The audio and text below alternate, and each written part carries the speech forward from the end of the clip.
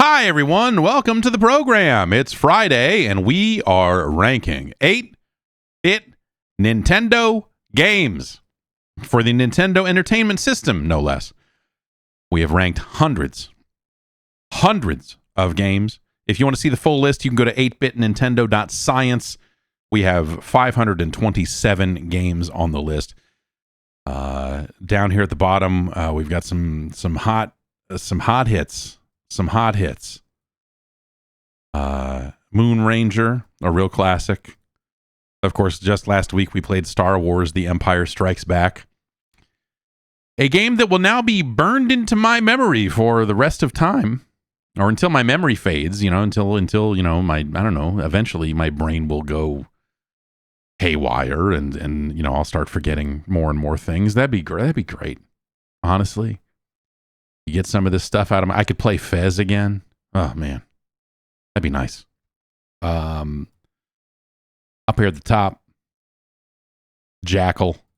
A little Samson up here. Some Blaster Master, some DuckTales, a little bit of Rygar. I've been thinking a lot about Rygar.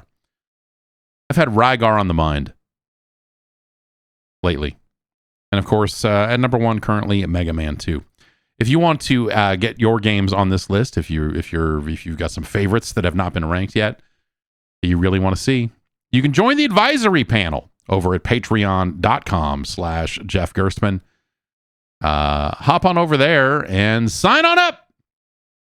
You get access to the Discord. You get an ad-free version of the podcast. You get a bonus show pretty much every single week, and early access to more stuff, and so on and so forth. Glenn Rubenstein, my co-host on Game Boys to Men, reviewed the Star Wars: The Empire Strikes Back for, I believe it was Wizard Magazine, which was a comic book magazine, and he gave it a B.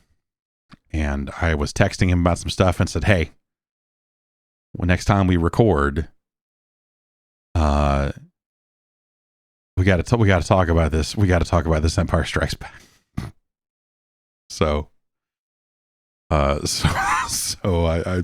maybe we'll do an hour and a half on what the fuck, man. All right. We've got a fresh batch of games. This is a lot of the stuff is left over from last week. Starting with a game that all right. Sometimes games, like, I don't necessarily, I'm not like, oh, this game is miserable and terrible and whatever. I don't know that I would say I have fond memories of it, but I do have enough of a memory of it that I'm like, this is going to be a hassle, or I don't want to play this game. But let's get over here and check this out. All right. Let's see. We got all this up and running here. It's David Crane's A Boy and His Blob, Trouble on Blobolonia.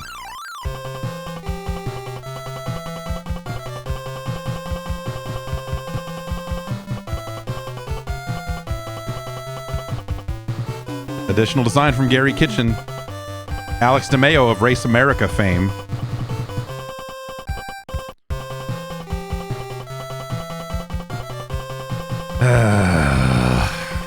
And David Crane, of course, made Pitfall. And so this was, something of a big deal. Here, we're still in the 80s, and, these names still carried some weight.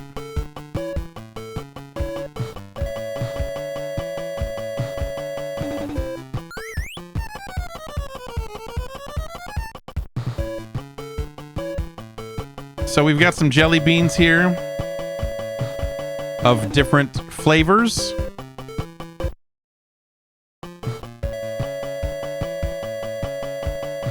Ketchup and punch and licorice and so on. There's a style of movement here of the way the boy moves that, again, is distinctly 2600 like in the way it's animated, this weird kind of hop run. That you see the roots that a lot of these that some of these men had in making Atari games.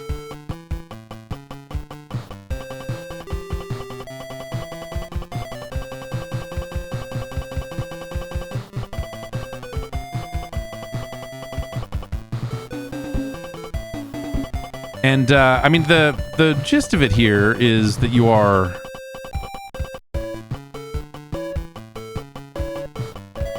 feeding.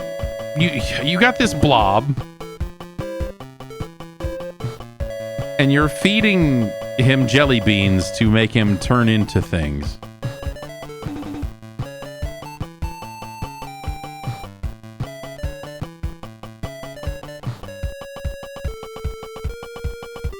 And those things will help you.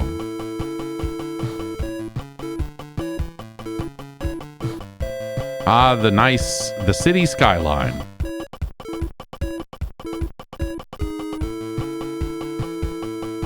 That's it. You get to the health food store, that's the end. Okay?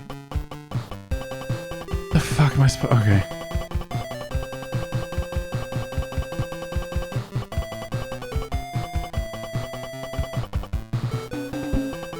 No, I didn't want to throw it.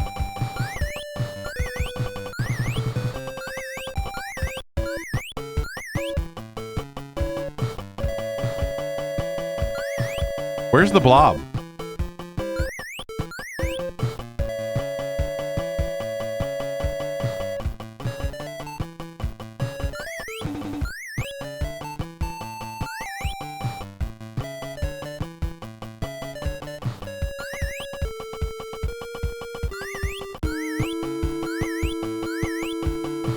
Where'd the blob go? What the... Wait, what the fuck? Look at this. Look at this goddamn game. Like, what's up here? Nothing. What's down in the subway? Blob. We got places to be, asshole. Are you kidding me? Can the blob not climb stairs?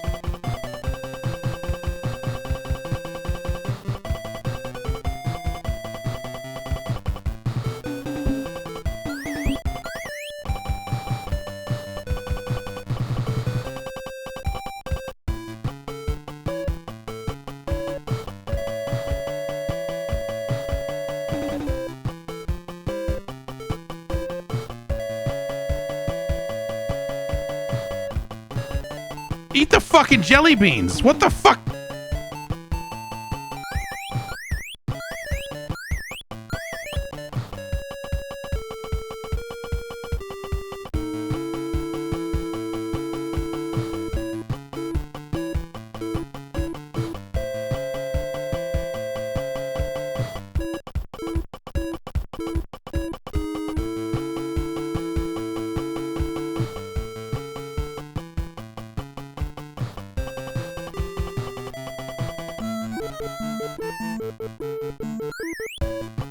Oops.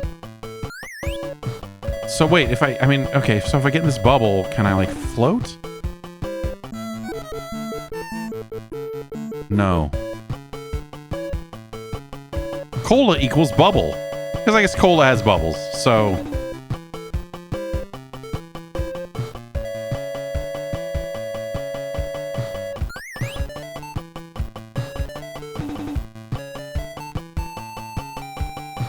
Yeah, I'm looking... Yeah, Bryn posted the manual here, and I'm like looking... Yeah, I guess they didn't put that in the... They didn't put the effects in the manual. They just said, here's the flavors, try them. So I guess the thing to do would be to like feed them all the jelly beans and then reset, because you only get 6 of some of these things.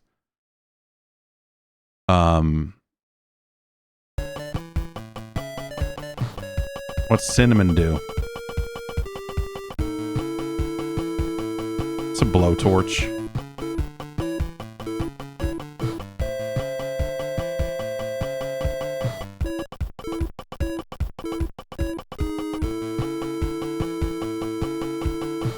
Nope.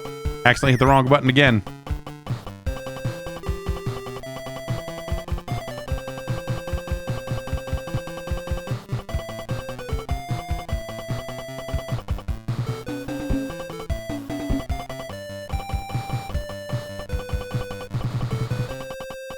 Do I maybe need to do this on the manhole cover? Maybe that would be the... Hey, dipshit, come over here.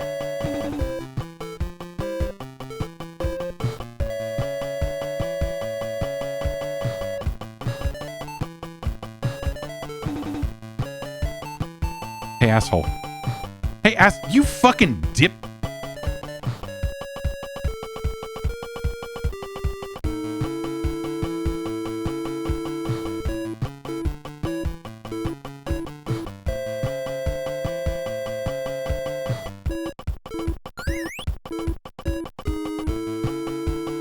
Okay.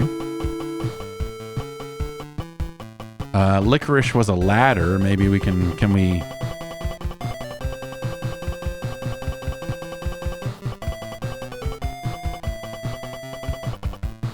This is fun.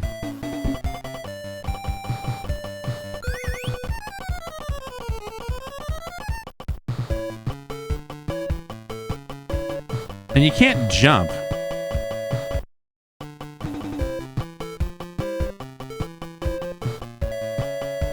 What does strawberry do? Let's find out. It's bridge.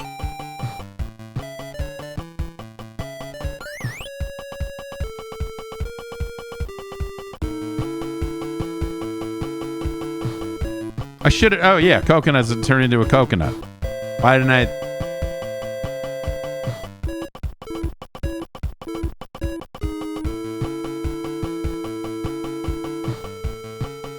See you later, fuckface.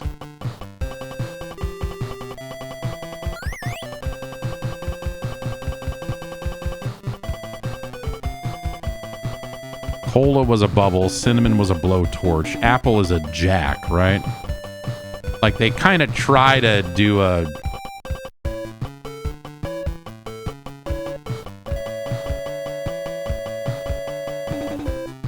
Like, there's like a maniacal sense to it all.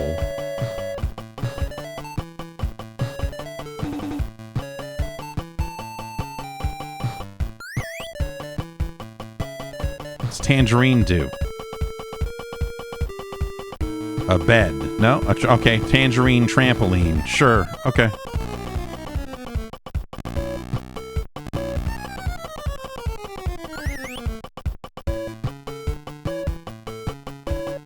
Root beer.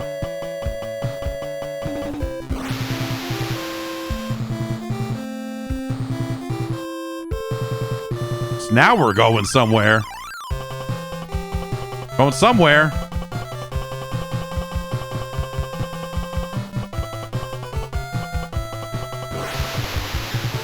We flew all night.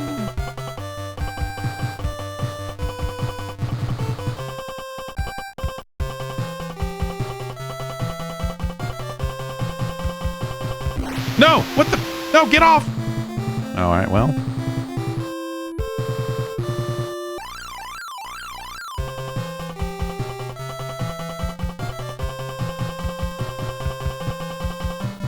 So, like, this game is weird because there is, like, some kind of insane lineage with Pitfall here. With Pitfall 2 specifically. Insofar as, like, look at this ridiculous, you know, open world kind of thing. You know, a single screen at a time. But David Crane, who made Pitfall 2, which Pitfall 2, I think, is an amazing video game. This game just sort of bums me out. And I think a lot of it is because of... Oh, wait, this is the edge of the world, apparently.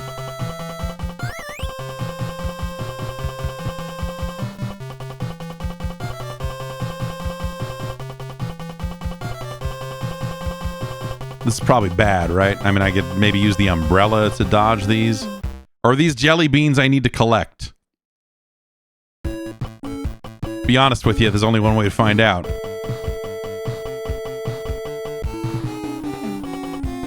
Boy is dead.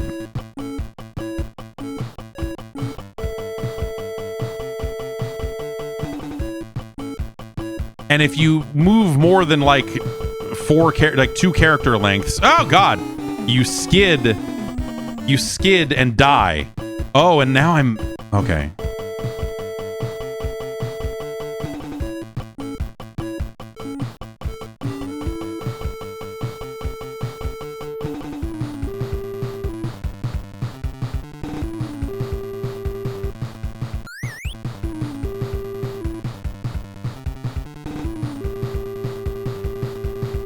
Was strawberry? No, strawberry was the bridge. Coconut is a coconut. Cola is the thing. Cinnamon was a blowtorch.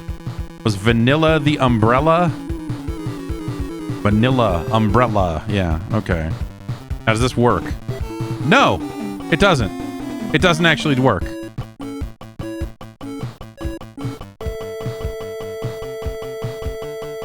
What the fucking fuck? I feel like if you're gonna, you know, like, have these forms in the game, you should be striving to use them as often as possible. Like, the umbrella should 1000% work here.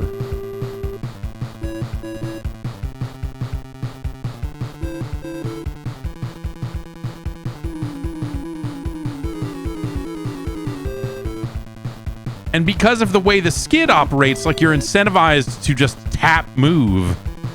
Because the minute you get moving full speed, you fucking slide and it sucks. Or that cherries are good. Apparently not.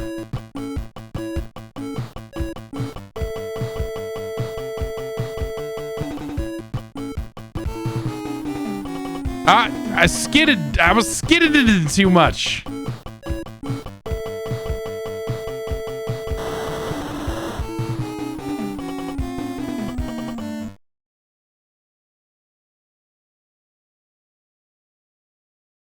So yeah, fuck this game. Is what I'm saying. You know what I mean? Like, there are things about this game that are absolutely fascinating. However,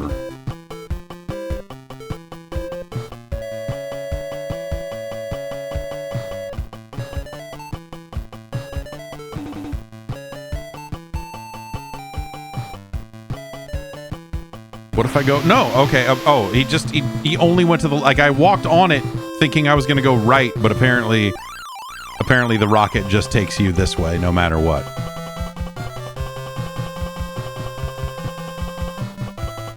That's weird. I thought maybe I could fly over the health food store or something, but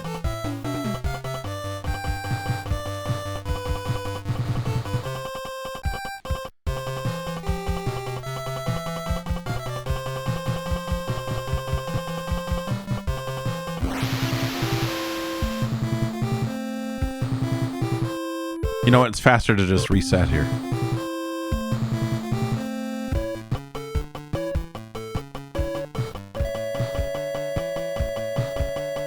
Okay, so really it seems like the only thing is that health food store, which I doubt we can do anything with. It seemed like the edge of the world, and the subway, which, as far as I could tell, there was nothing here. I wonder if the hole works here, because there's technically an area below us. Maybe the hole works on this surface, even if it doesn't work on the streets. What was hole? Cola? No. Tangerine was trampoline. Root beer is the rocket. Is it honey? Is it a honey hole? Are we talking about honey holes? Are we talking about honey holes? It was punch. You're punching a hole.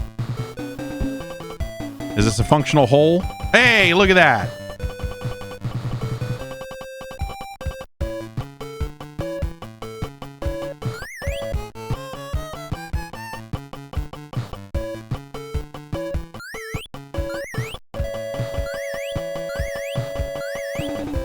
I guess he can't fall through his own hole, huh? Oh, good. As I say, because you only get like 6 ketchup jelly beans. I imagine you find more, right? Okay, you need to be a little more over here. And then we do a little bit of that. I feel like that, like, you know, blob movement is not awesome. Like getting him to stand kind of where you want and all that sort of stuff. Hooray! We've achieved.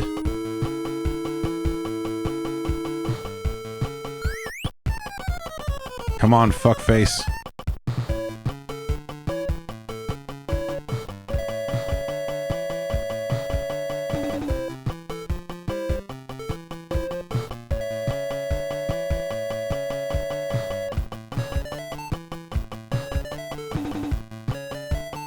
So I think like so my problems I think really the biggest problems this game probably has is Blob doesn't really like if you had a way to move Blob and say, hey Blob, fucking stand back a little bit. A minor bit of like an additional bit of Blob control.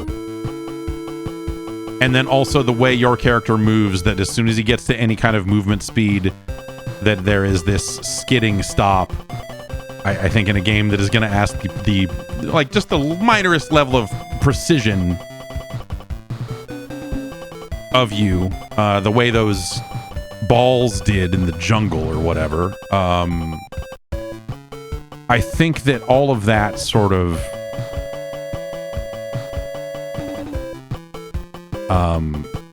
sucks.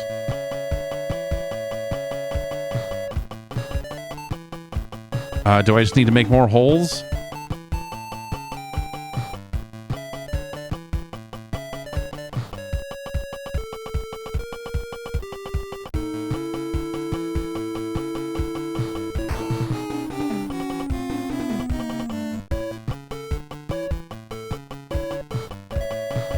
I don't think I realized as a kid playing this game just how Pitfall 2 just how much of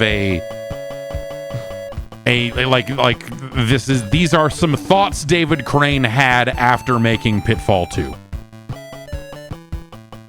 Like you really see it. And I think a lot of the ways that the music works in this game, fuck you.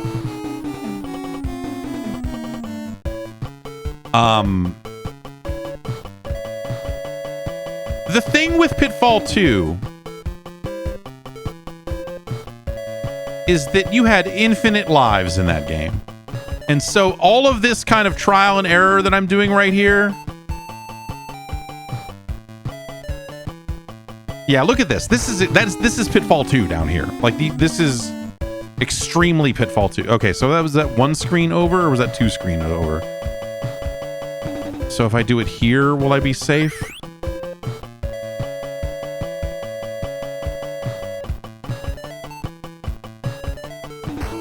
No.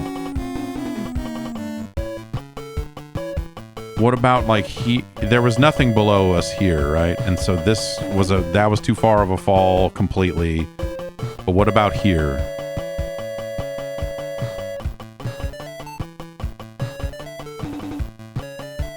There we go.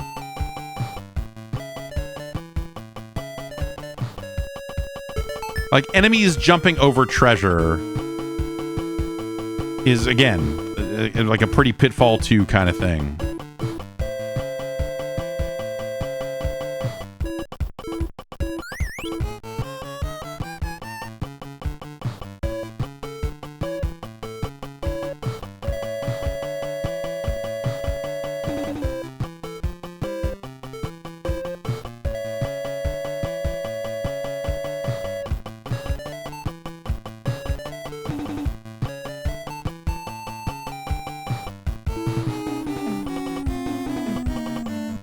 There are only 20 treasures remaining.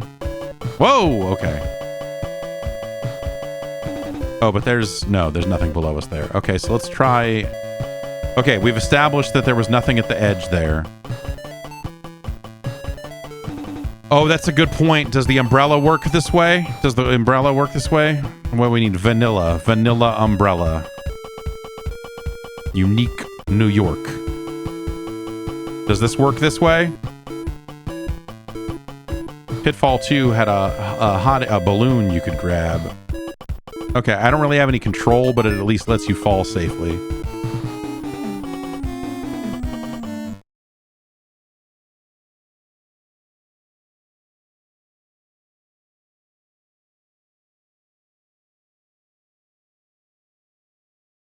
This game's actual only problem, other than the like the movement stuff could be better, the blob manipulation could be better. But this game's actual only problem is that it has lives.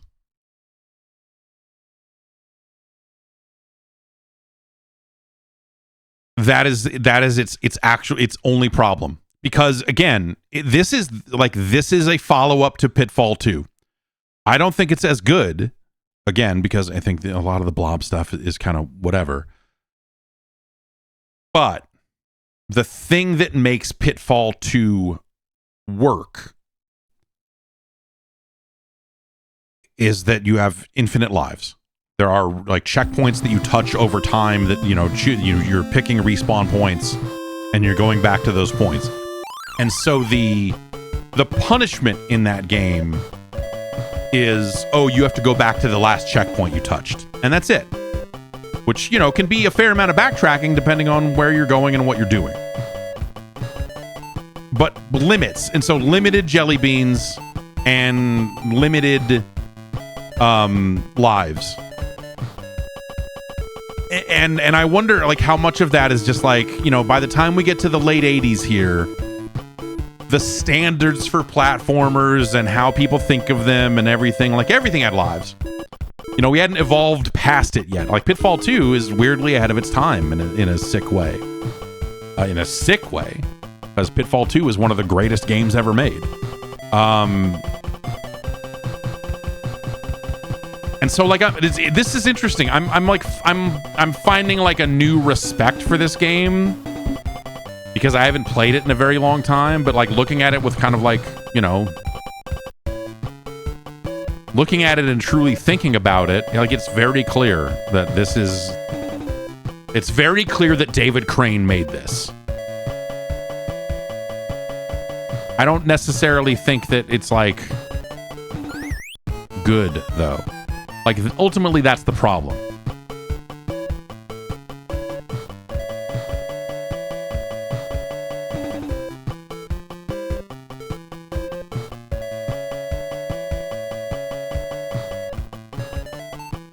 And then I gave her the old licorice ladder, and now we're not speaking anymore.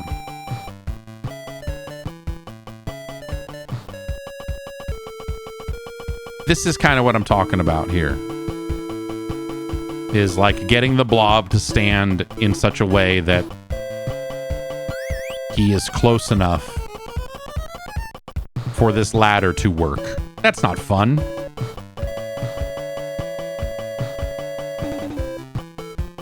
This looks a little better, maybe.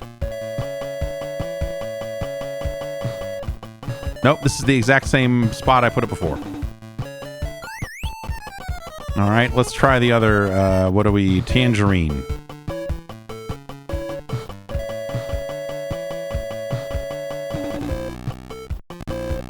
These sound effects.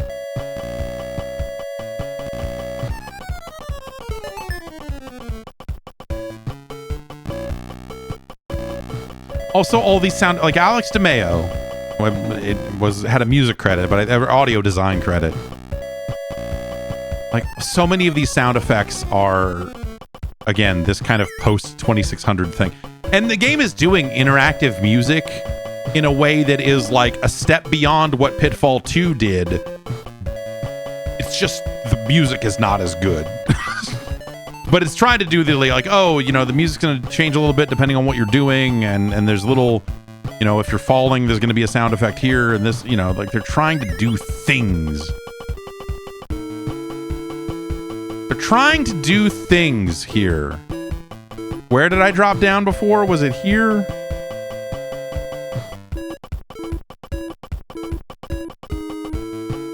Okay.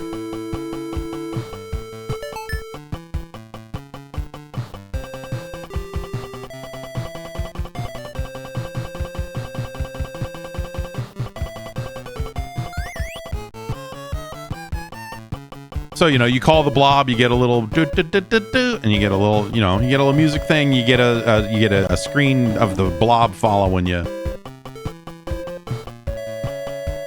But look at this image. Like, look at this, the distance this ledge pokes out. Like, look at these screens are, like, this could very easily be out of a port of Pitfall 2, the way this looks. Vanilla umbrella.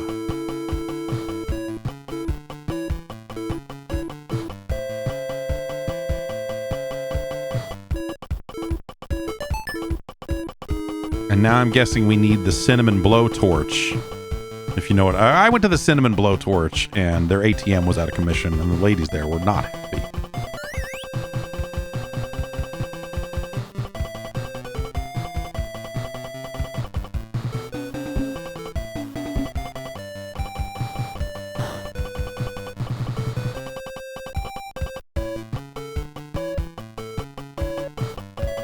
So like, this would be a case of like, would the like I think we've shown that the umbrella doesn't really work, but maybe it works with this stuff. Because this seems like too much to dodge. Like you could dodge this, but it just feels like you should have a solution to this. Vanilla umbrella.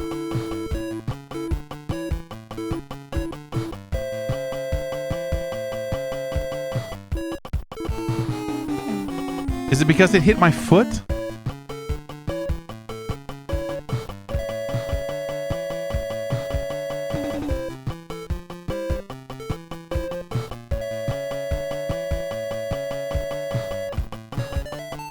Bubble. Oh, someone in chat said bubble. Let's try bubble. Cola.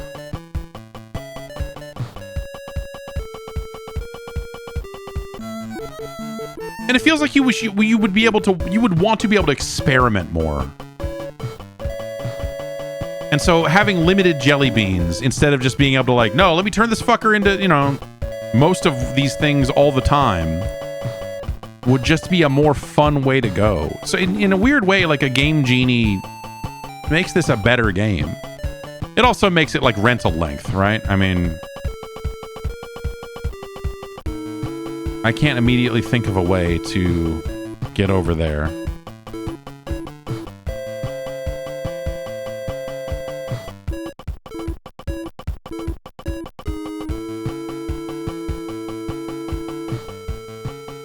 I can make. Does the bridge go? Because the bridge was really short when I did it, but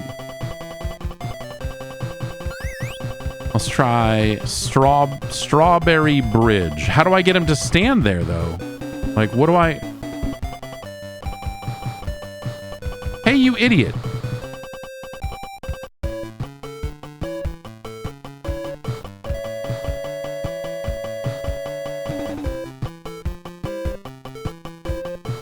Okay, it just knows, hey, you're on a screen where this does it, so...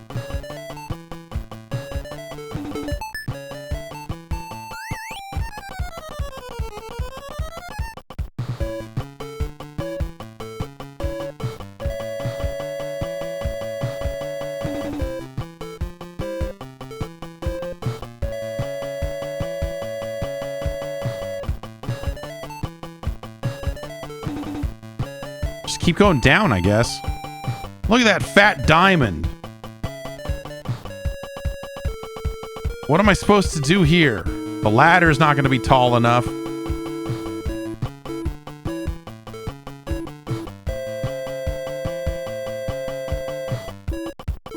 Can I use the trampoline from down here?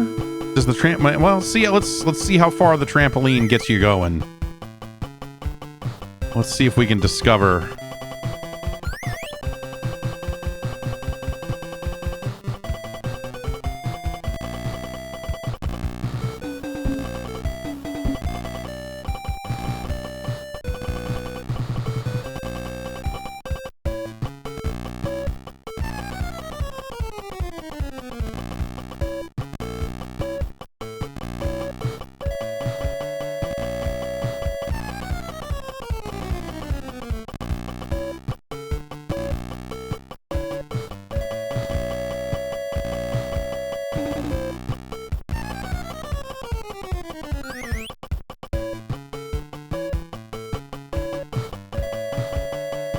This is what I'm talking about. Like, oh, your trampoline needed to be a little bit over. Like, no. No, your game needed to be a little bit better.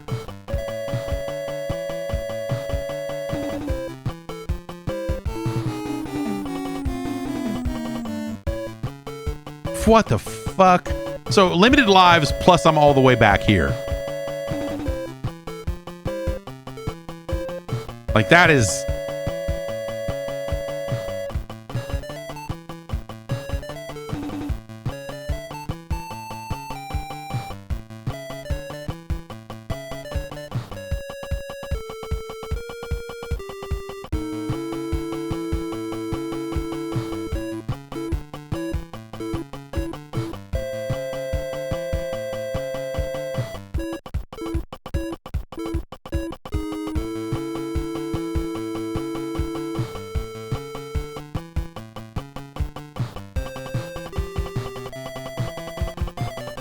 All right, well, let's make a bridge.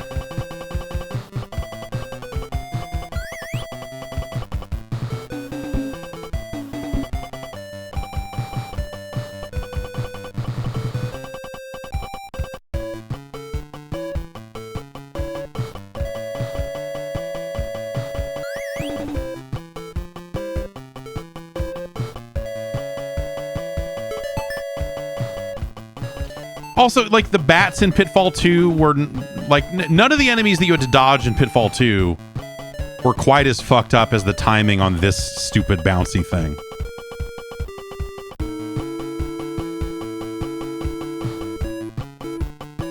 We need the umbrella back.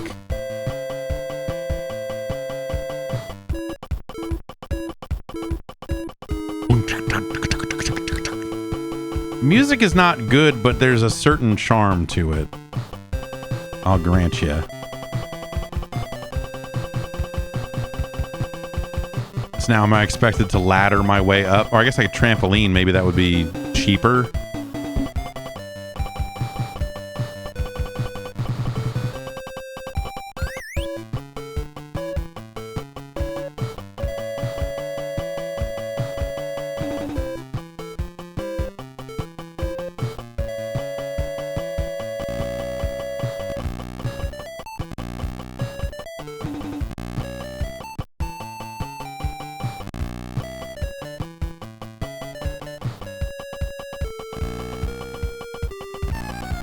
Oh, I don't have a lot of...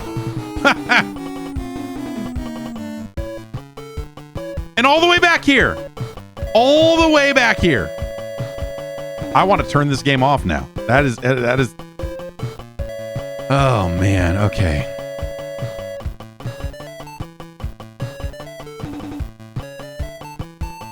Vanilla. No, we missed it. Can I cycle back through them?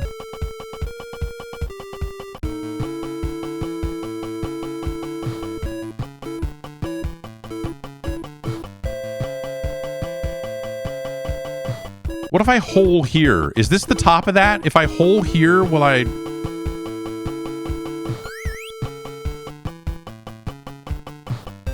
Or is that going to be too fall of a far?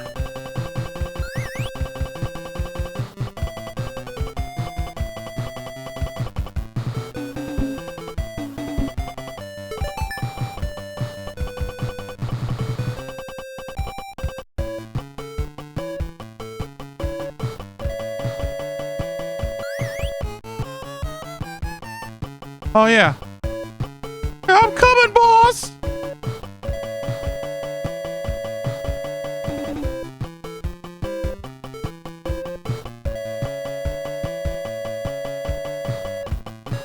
Great. So, no real indication about where to go down.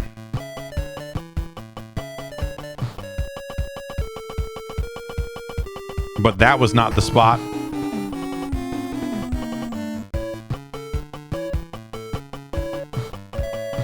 Okay, if I go all the way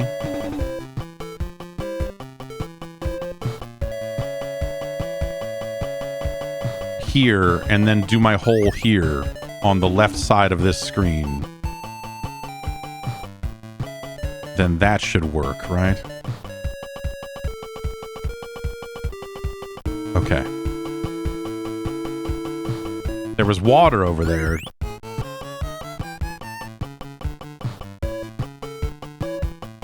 We could climb up.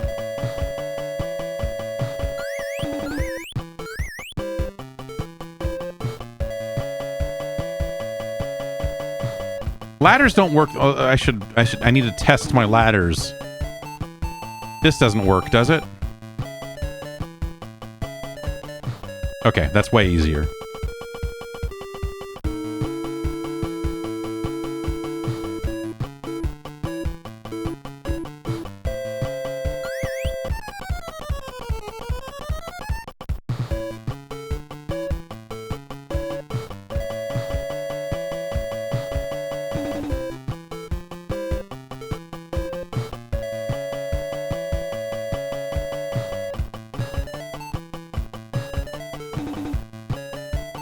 No, not quite enough. Oh.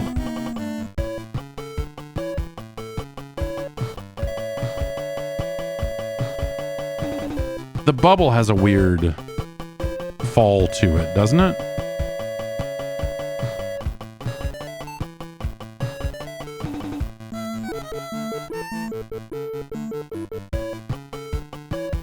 Uh-oh. Well... Oh. Oh.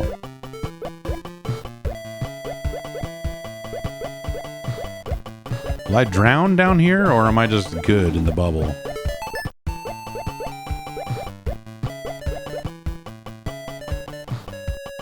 Okay. Okay, that looks like a hard wall there.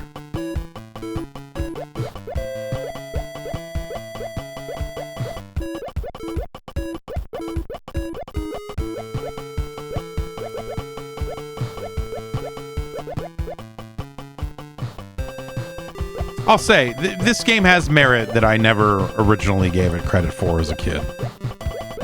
It's just, it's wrapped in a lot of layers of fuck shit.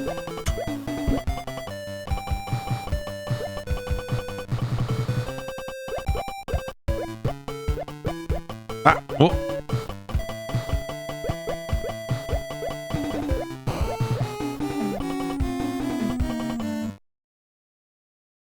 Fuck this game.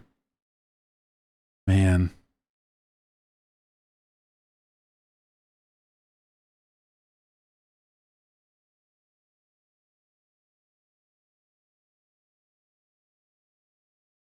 They never found the boy or his blob. Some say the blob popped underwater and completely dissipated. A blob can do that? Oh, yeah.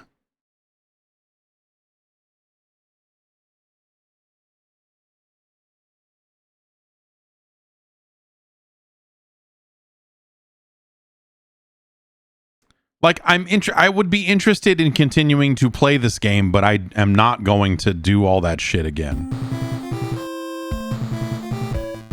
So let's take the rocket and go over to the other side and fuck around a little. Maybe that'll be a...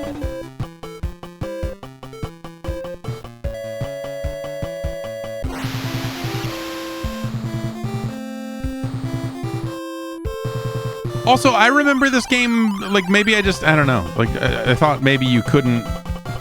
Like, you find jelly beans, don't you? You find more. But I haven't seen any.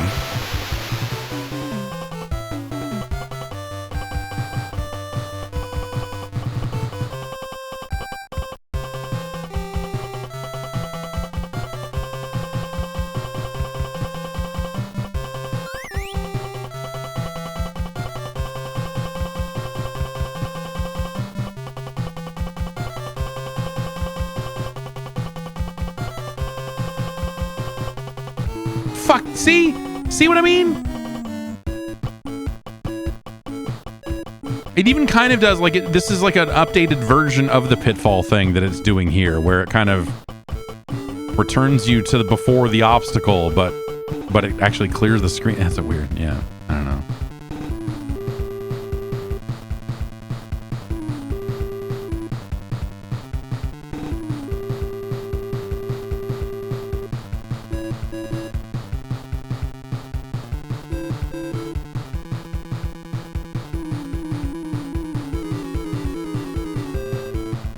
I guess I just gotta go, huh?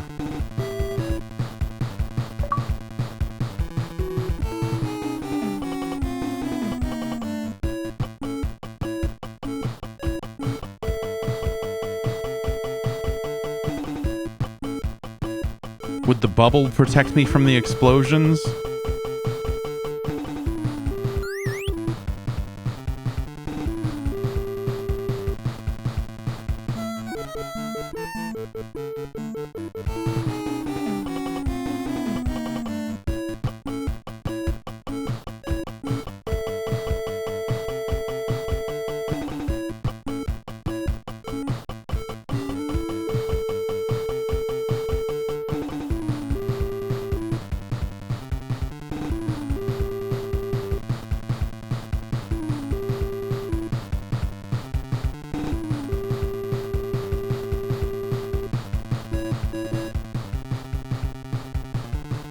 A hummingbird doesn't eat the cherries, does he?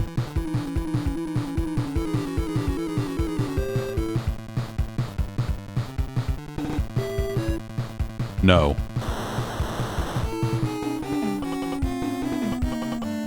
Those cherries explode in a very kaboom-like way.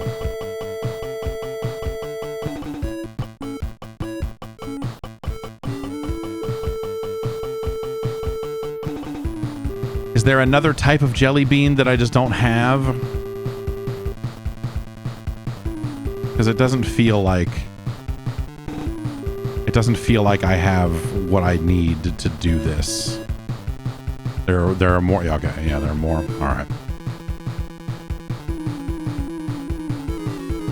So really, the only thing to do then is to just go back to the other area and fucking monkey around there.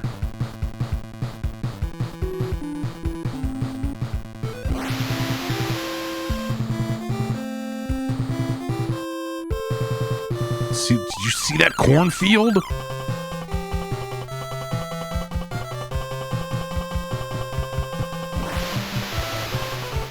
Back to the eternal night.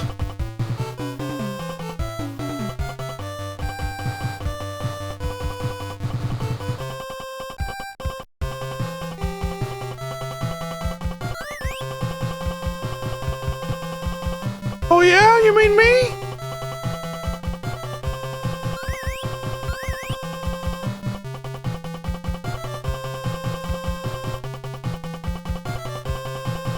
Sorry, buddy, I'm stupid.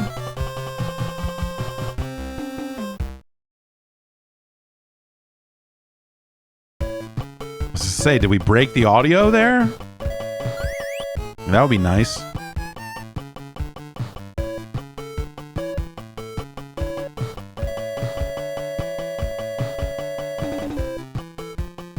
Oh yeah, this ladder, way easier to use.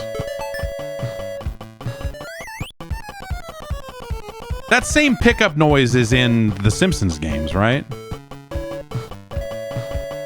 Like, I know it's in other games. I'm trying to. It's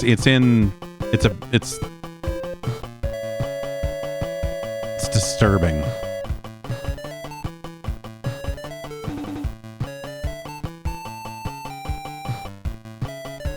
It was here, right? We punched a hole. I mean, I already lost a bunch of lives, so whatever. I think we're done.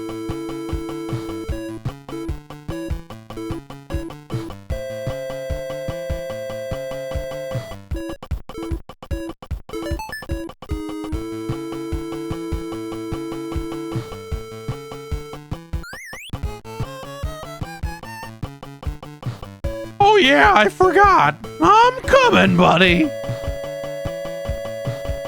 Fucking schmoo over here.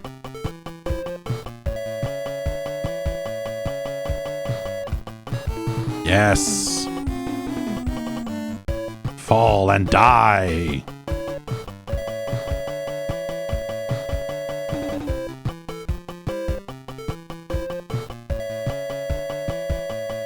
So, like, ultimately, this is the problem with this game, right? It is the, like, without a map of the screens, you are forced to do dumb shit like this. And then draw the map yourself. But you have to do it on a limited number of lives. And that stuff just doesn't add up very well.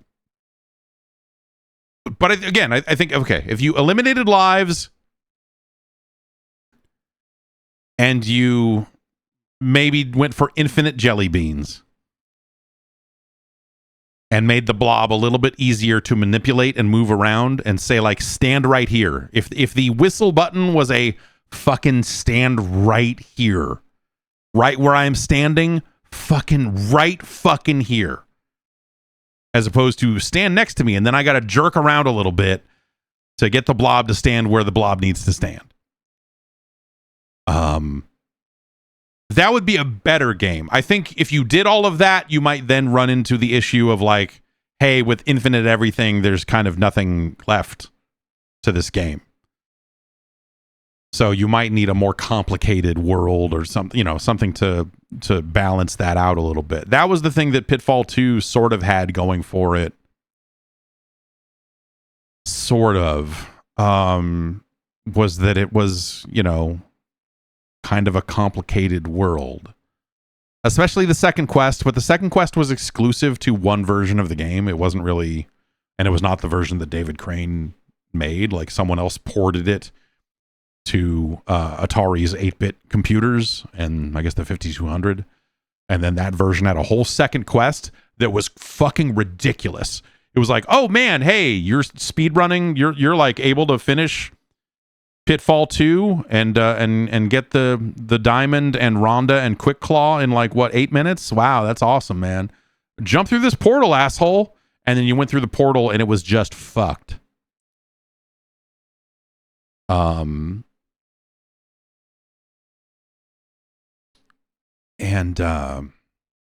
that, you know, I gave the game, I think, a ton of additional value and made it something you could really bang your head against for a long time. Even though it had infinite lives, you were still just like, what the hell, man? I'm lost. I just don't know how to get from here to there. This game inspires some similar feelings. But again, the limits on it force you to try to play it perfectly before you know what you're doing. And that ends up feeling bad. You know, this idea of just like, hey, you know, yeah, you can fuck around, but you only have 5 lives and then you have to start over and do all of this shit again. And you're not even 100% sure that you're doing these things in the right order anyway. Are you locking yourself out of some of these treasures because you know, are falling past them and, you know, there's no easy way back up, or you're going to run out of ladders, or you're going to, you know, like the limits that the game places become a much more, you know, pressing issue, I suppose. But maybe, I mean, they do give you a lot of ladders, and so maybe it is a case of, hey, you actually have enough to, like, even if you fuck up, you can kind of undo it or whatever. But if you just had a slightly better way to, yeah, whether it was like a built-in map, that would help. But something that would indicate to you, hey, if you make a hole here and fall through it, you're just gonna die, would help. And without that, you know, you're then left to, you know, this punishing life limit that prevents you from wanting to explore and, well, you know, whatever else. That could even be like a, well, I wouldn't want to, I was going to say it could be another jelly bean, like, Blob, tell me if I'm safe. But the act of feeding the blob a jelly bean takes long enough that you're just like, this is annoying. Now, eventually, you know, you draw your own map or whatever, and it is a grid-based system. You could very easily do that if you wanted to sit down and be like, okay, this room has, you know, the floor here. If you're on the left side, you'll land okay. On the right side, you'll fall and die. Like, you know, there's you could do all that. But I think even by this era, you know, we're getting to like 89, 90. You know, by the time this game was like, this is a game that people think of in terms of like, oh, right, yeah, Nintendo Power, and that was where the maps came from. And I don't like it when games do that. I don't like it when games are like, yo, man, you should have bought the magazine. I think that's just kind of unfair. And you know, some games just pack that shit in, right? Like Zelda was just like, all right, yeah, here's a map, man. I don't know.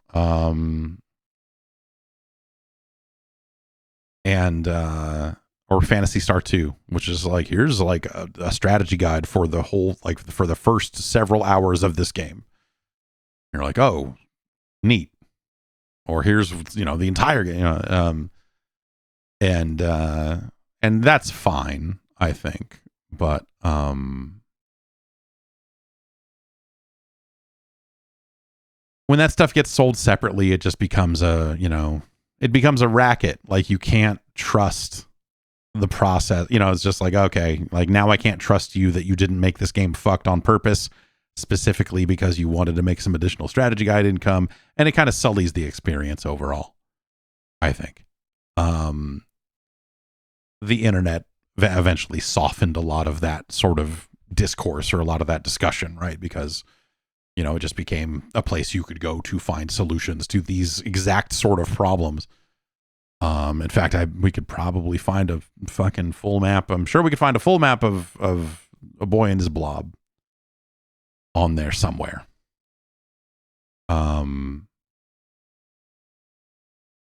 Yes, the Boy and His Blob, dotted line, Pitfall 2, dotted line, Tower of Druaga. Sure, yeah.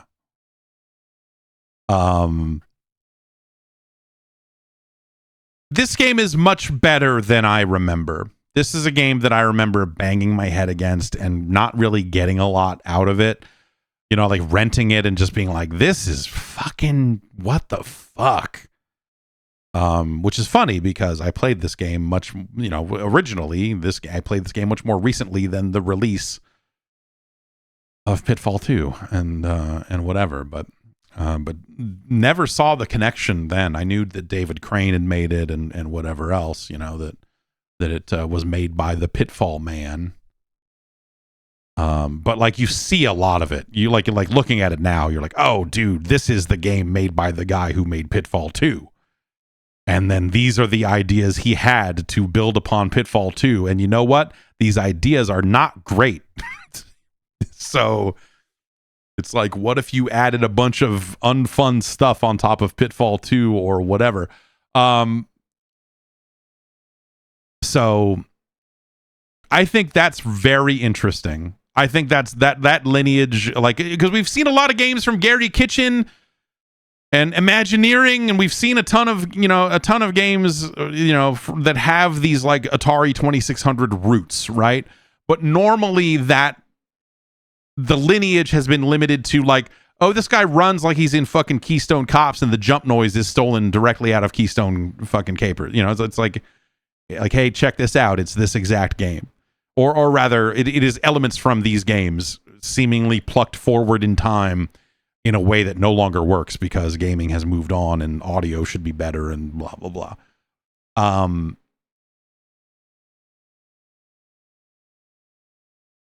This you look at, and it's very clear from the looks of these screens, from the way you are kind of set loose in a world that doesn't really have that much in it. Like, this game is extremely Pitfall 3. Or rather, it is extremely Pitfall 2, discounting the part where the second quest of Pitfall 2 is actually much better than A Boy and His Blob is, and all of that stuff. Go watch the Jeff Gerstmann Hall of Fame episode about Pitfall 2 if you want to know more about it. I think Pitfall 2 is like an incredibly fascinating game for its time of release, especially that 8-bit version of the game had an entire second quest grafted onto it. It's a fascinating thing, especially as a sequel to Pitfall, and you think about how relatively simple Pitfall 1 was, and the things that it does. It's an interesting game. One of the greatest games ever made, for sure. But A Boy and His Blob is weird, man. And I think that a lot of this stuff is a lot of the things that make it unique drag it down. And that's ultimately the problem with A Boy and His Blob.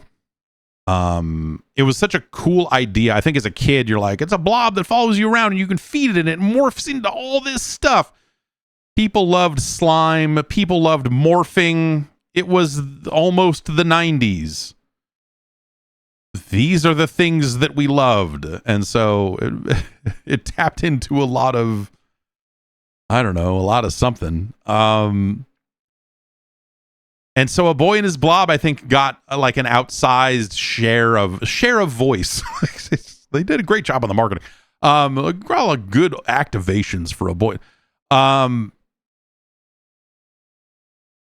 Boy and His Blob it just came up a lot. And whether that's the fault of Nintendo Power and some of the other magazines of the day or whatever, but A Boy and His Blob was a game that just had a certain aura to it.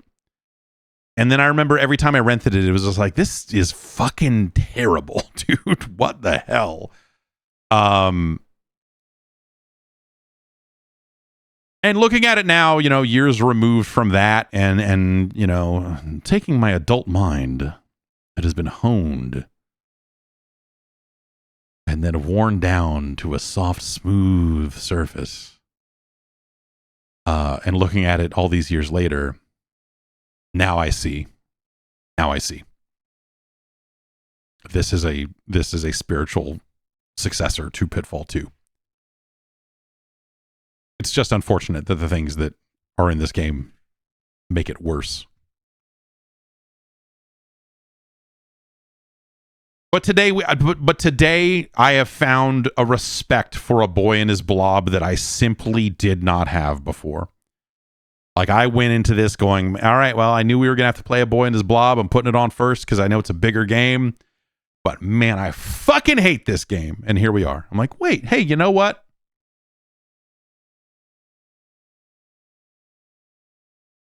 I love the roots of this game. The roots of this game are one of my favorite games.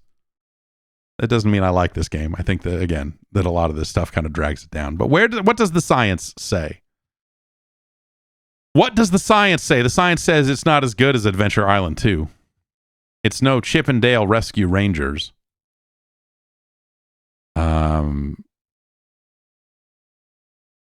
SCAT, Special Cybernetic Attack Team, is a better game.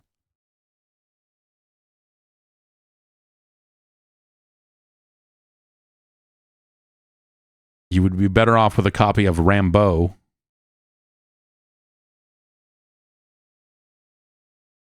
Golgo 13 has a similar story to A Boy and His Blob, insofar as it was a game propelled by Nintendo Power. I think Golgo 13 is a better game overall if we let the science speak. But this is kind of, this is sort of...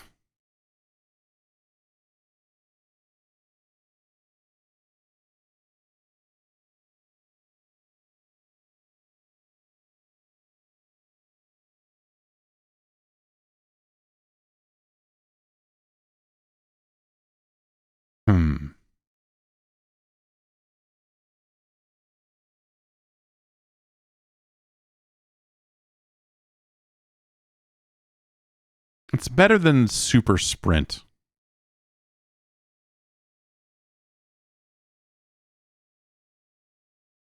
It's better than Danny Sullivan's Indie Heat. It is a better game than Wrath of the Black Manta. It's better than Darkwing Duck. It is better than Malion's Secret Castle. It's better than Town and Country Surf Design's Wood and Water Rage. It's better than Micro Machines. It's better than Town and Country Surf Design's 2 Thrilla's Surfari. It's better than Popeye. It's better than Spelunker, a game that I think, also deals in a bunch of fucking weird rules underground.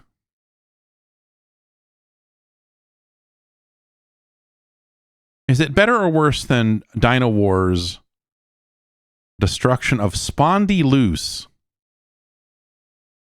It's a better game than that. It's better than Dirty Harry.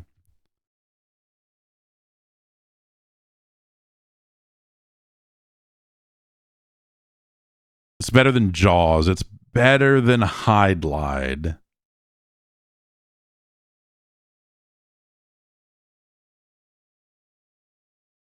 It's better than Hide Lied. It's better than Gyromite. It's better than Space Shuttle Project.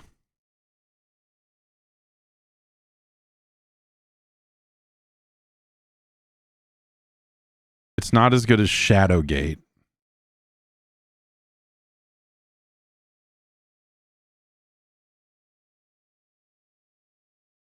It's better than Kid Nicky Radical. Is it better than Akari Warriors?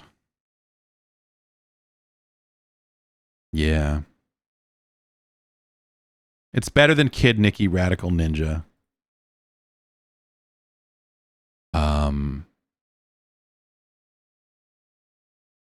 It's better than this arcade stuff, this weird block of arcade stuff that somehow ended up close together. It's better than the NES version of Donkey Kong, that's for sure.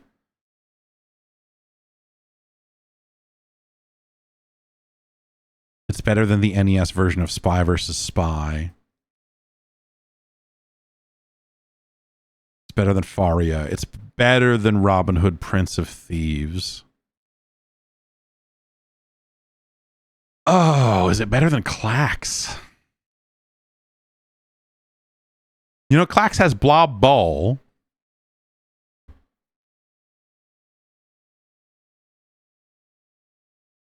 Has a little secret little extra mode in it.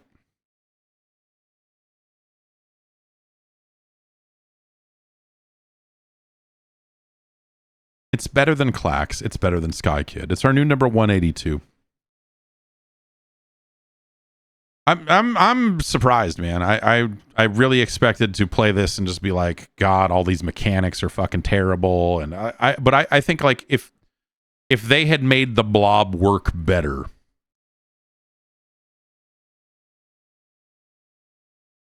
and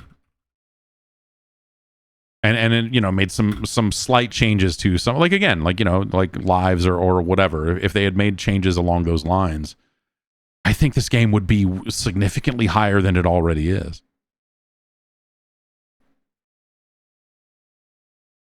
Okay, what is the full... Okay, David Crane's A Boy and His Blob. Trouble on Blobolonia. Do you end up do you end up going to another... Do you go to the world of the blobs? Because that looked a lot like Earth to me, not Blobolonia.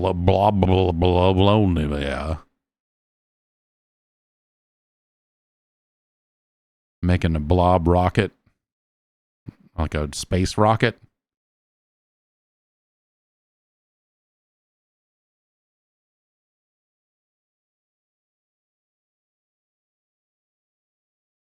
And there you have it. Our new number 182. Huh. I never would have thought that we would be here right now talking about A Boy and His Blob in this fashion.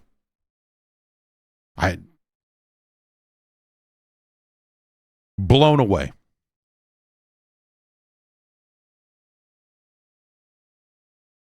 Next up, Bobby Dice Roller wanted to see this one.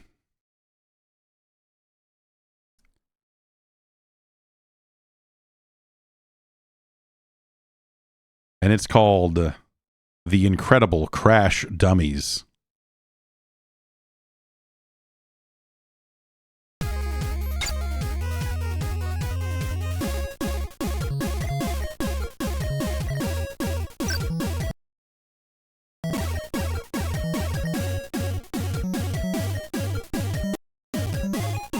A typical disastrous day for the dummies. Don't be a dummy. Buckle your safety belt. Trademark. Spare Tire is hard at work doing what he does best. Nothing. All of a sudden.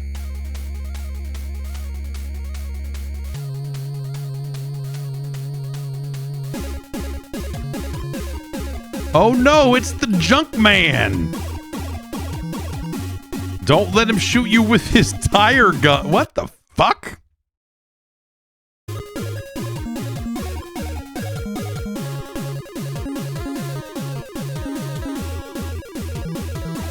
Run before he catches us and turns us into parts to use for building his junk bots. Before he gets us hooked on smack.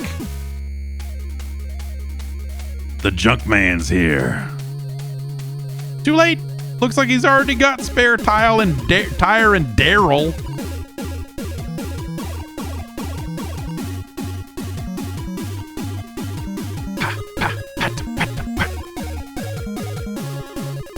Hey, garbage head. Where are you taking us? Hey, garbage head.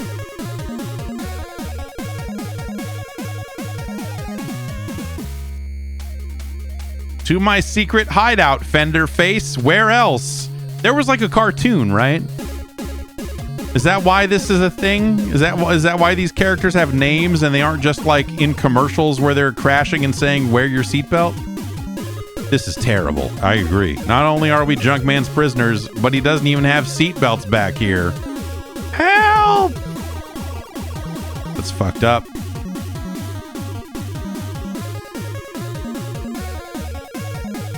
Taking spare tire and Daryl, and it's obvious it was no accident. Get it?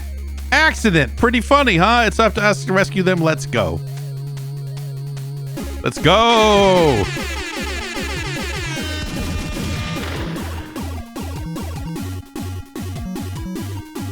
What a... All right, the Crash Test Center. I saw the LJN logo at the top of this, but which British organization developed this thing?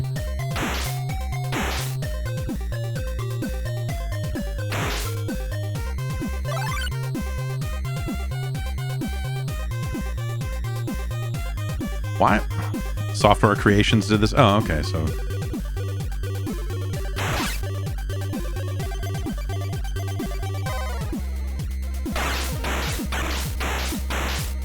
Oh, okay, so I can go... I was like, wait, I can't jump over them.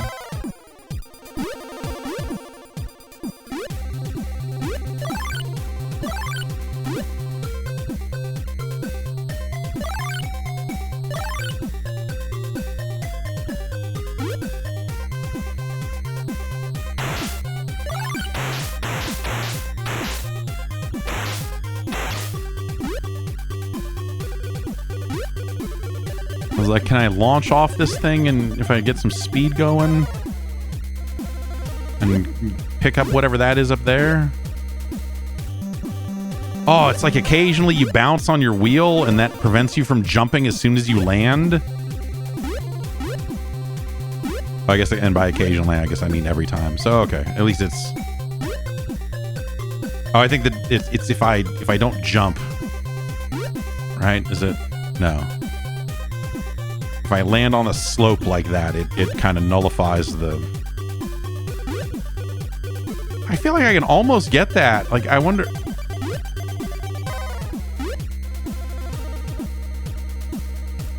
But, like, I can't go up this.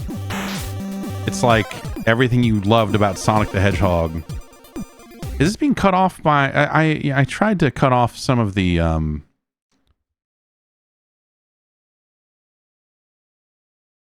overscan, but I wonder, is it just a little aggressive for this game, perhaps? Yeah. I was like, the word score was getting cut off at the bottom of the screen there. Hi, buddy. Windows closed, but then the family is home from the store. Can I get this? Can I get this? Fuck, I don't care. That looks dangerous.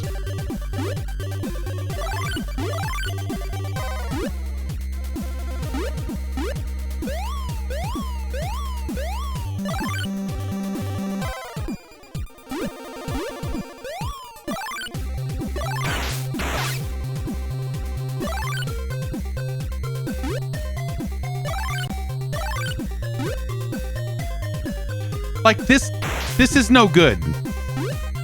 Like, hey, we put this steep thing here, and the way to get up is to just jump up there.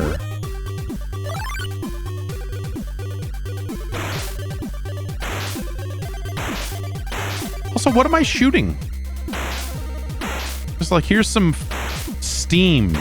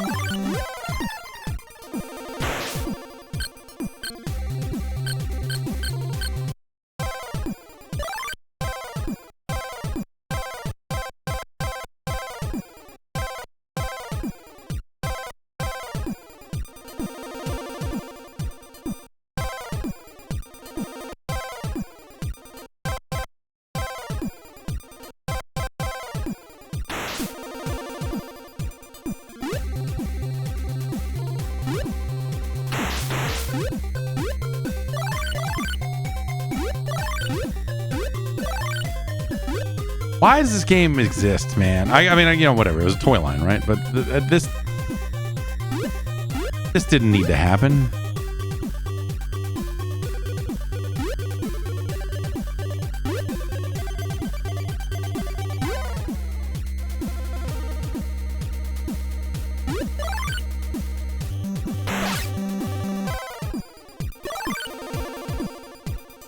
Oh, yeah. Oh, what the? Jesus.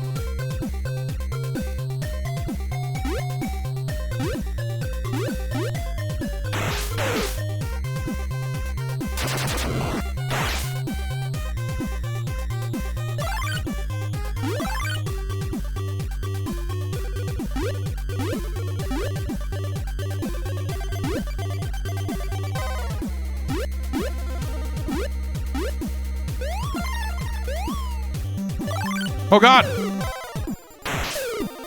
I picked up a rocket and now I'm going uncontrollably. That's not a good. This is not good. Now I got a balloon. I'm about. What the?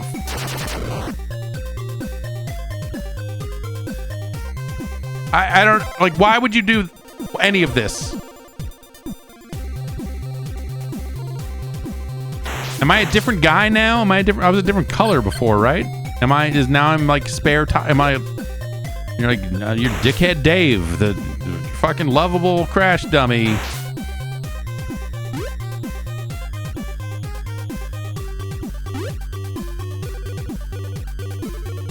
I like that song they did.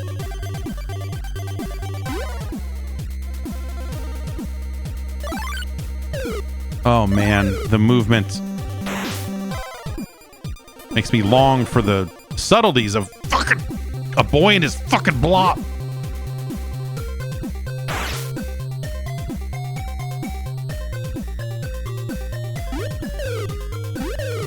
Just get the thing.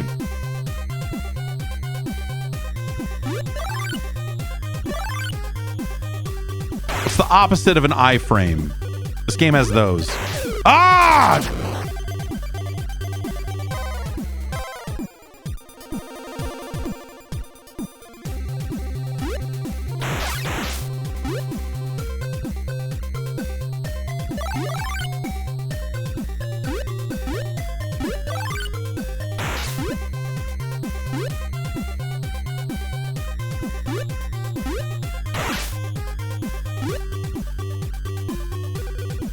I'm finding this to be well unpleasant.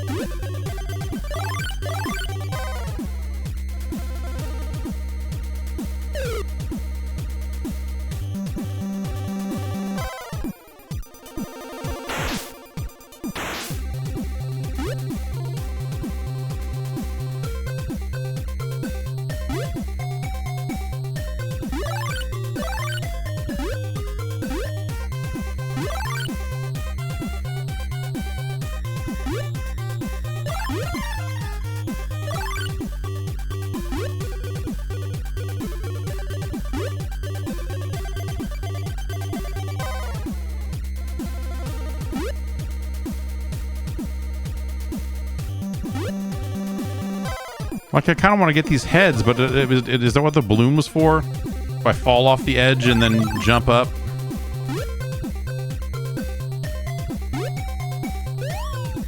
Fuck you. Well, we covered the entire test center from top to bottom and didn't see him anywhere. What do we do now? There's a dog. Oh, no. That's how you know that the junk bot is evil because he kicked a dog. Maybe that sewer leads to where Junkman is holding Spare Tire and Daryl. The sewer. Oh, I'm on foot. Look at this. This is a whole different game.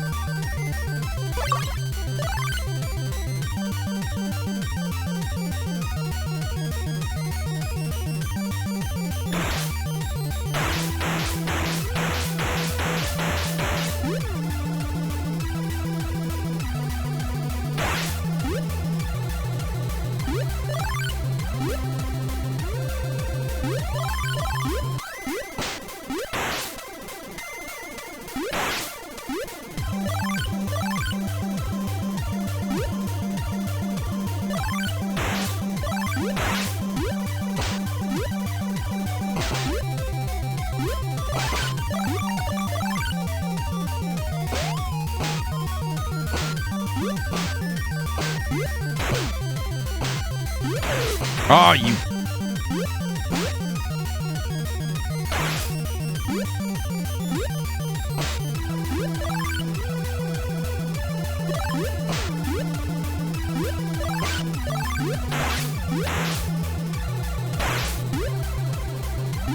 Now, you could play this game. I don't want to, but you could. This walking around is way better than the wheel thing.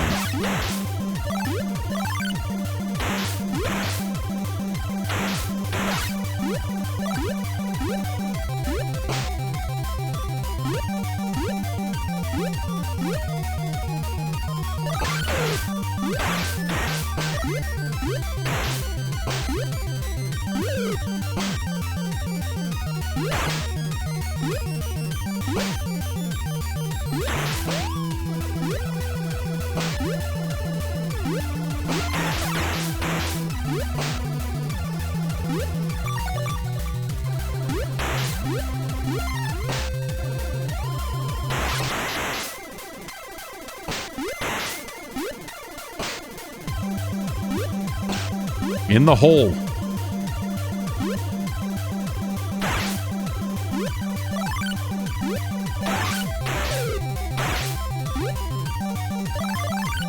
Like, it's not a good platformer with a gun. Like, it's not a, you know. But compared to what we were just doing with the wheel and stuff, like, this is just much more playable. Well, I guess we're down here now.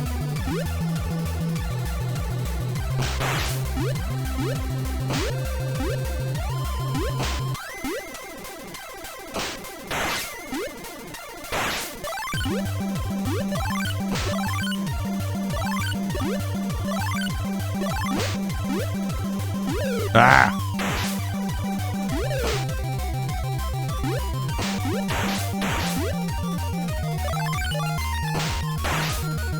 Just a touch of slowdown. For taste. Just for a smidge.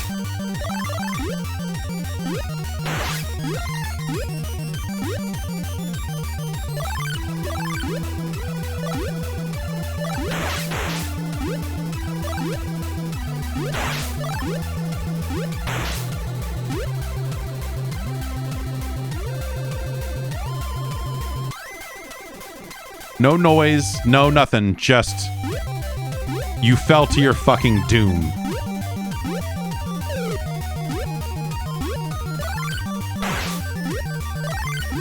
It's life in the sewers, baby.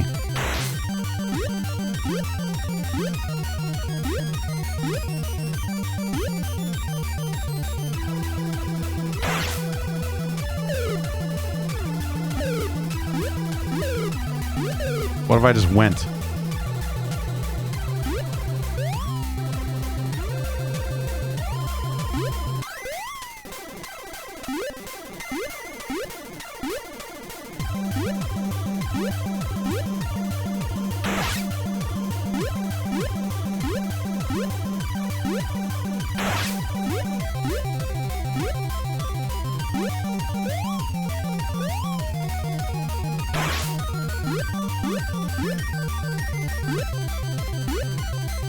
What are we doing?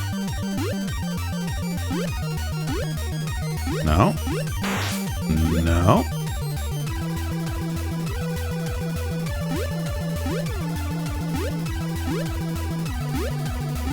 Okay, if I hold down jump on these, they are some kind of goo.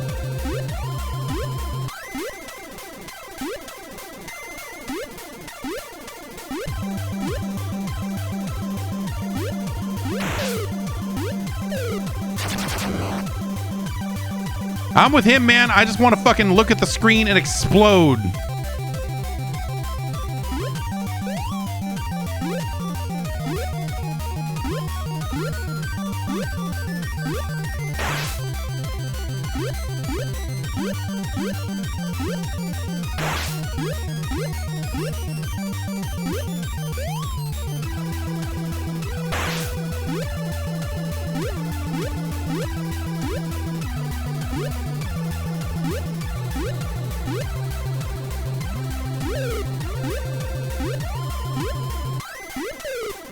Cool. Yeah, that's awesome.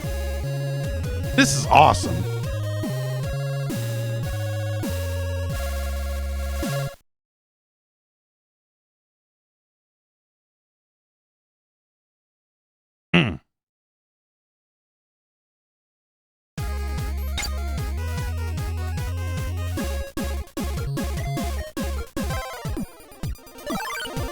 I think the music in this stage is better.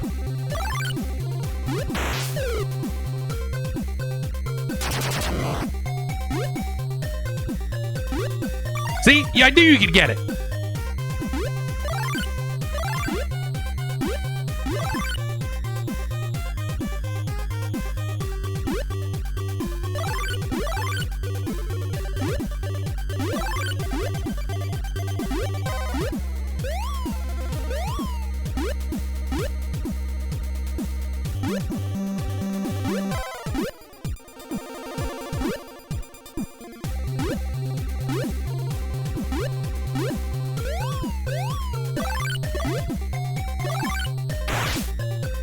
It's weird. When you're invincible, you can just run through guys unless you stun them first, and then you can't.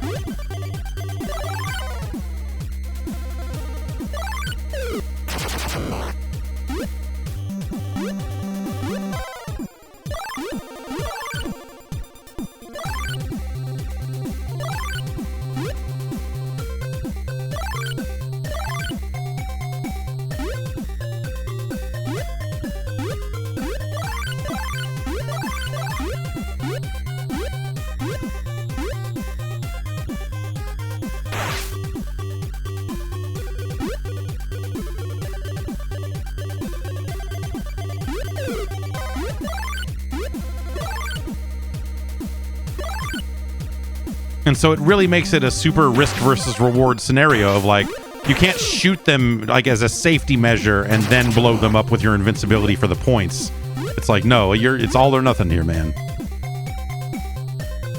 You either believe or you don't. I believe I'm gonna fucking turn this piece of shit off.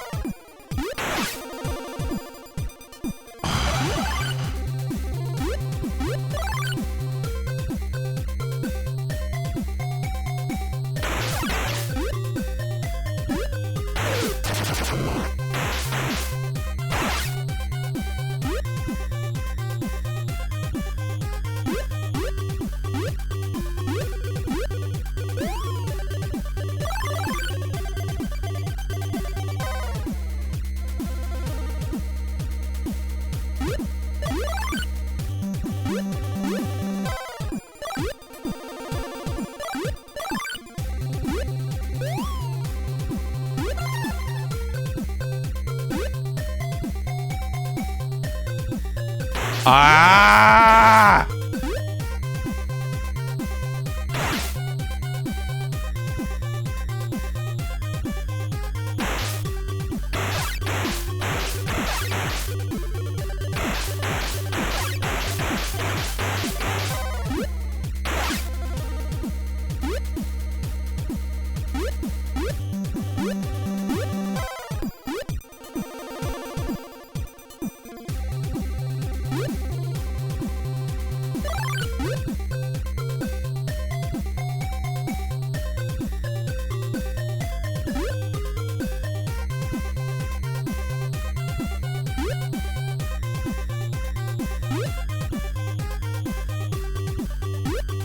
Like in the cartoon, did they spray some kind of, you know, what is this? What is this?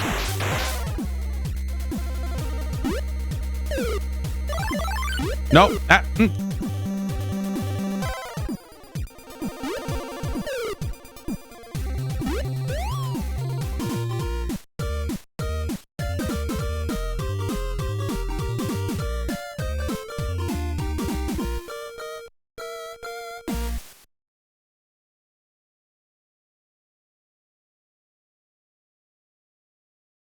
Maybe that sewer leads to where Junkman is holding Spare Tire and Daryl. Let's go.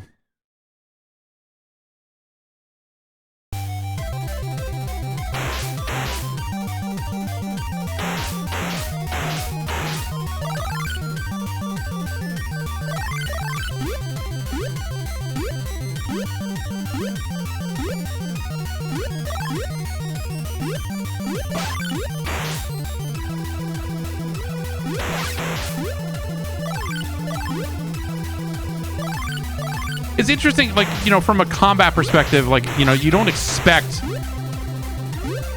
Like, games don't often deal in, like, hey, man, this just stuns the enemies for, like, a second, and then you need to, you know, look out. You know, normally it's like we're talking about removing something from the screen. Or, like, I stunned them, and then I jumped on top of them, and that killed them. Instead, it's like you get one stun, you cannot stun them again while they are stunned to reset the clock on it. You have to wait for that, like, so I can't just sit here and do this, because he'll still unfreeze, and then I have to stun him again.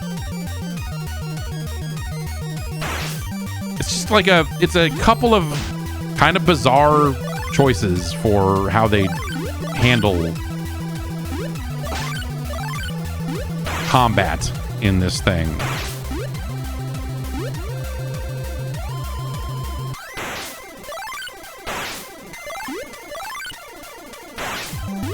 It's like a little bit out of the ordinary, I guess I would say. Now we know we can bounce on those things so we can get up here and get this oil can. Now we're fucking gaming.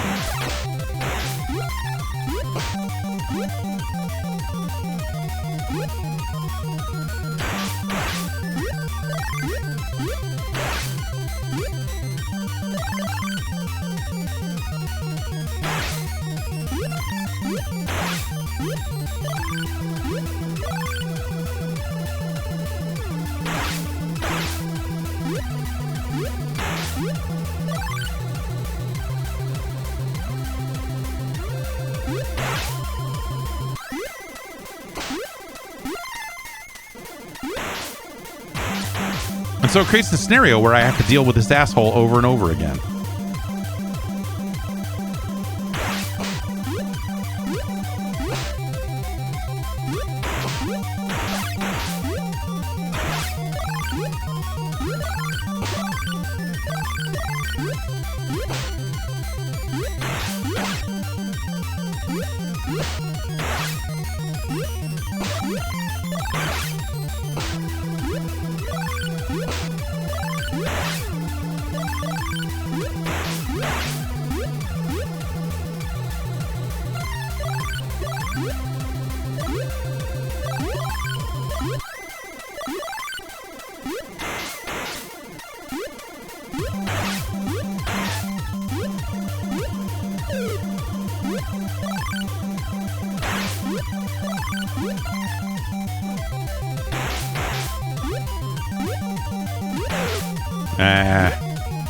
That seems like some bullshit right there.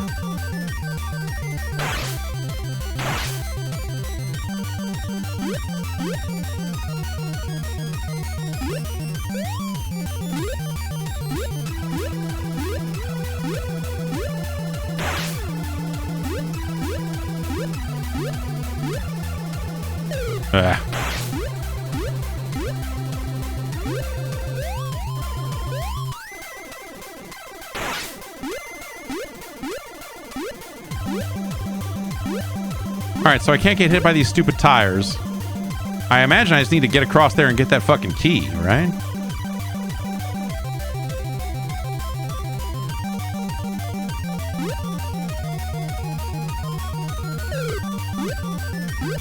But I can't get hit even in the air, or I'm dead.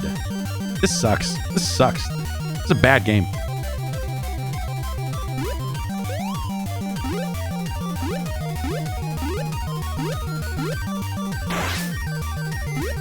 I wonder if I can shoot the tires.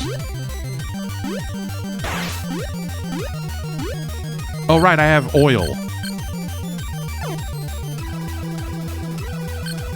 And then whatever this is, so...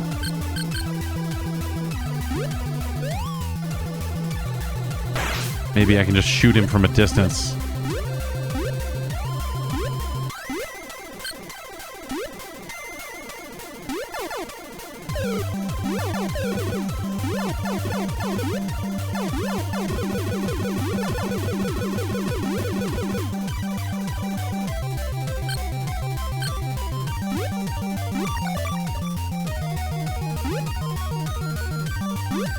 Oh, that's the key for the dog that's down here, right? Yes, yeah, okay.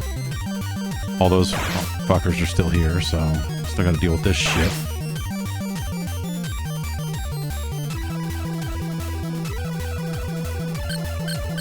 Look at this. It's like an adventure game. You're selecting items out of an inventory, and I freed that dog. Thanks to me, Bumper is safe.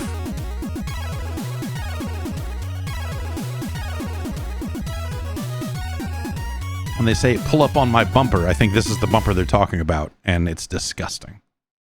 Still no sign of spare tire and Daryl.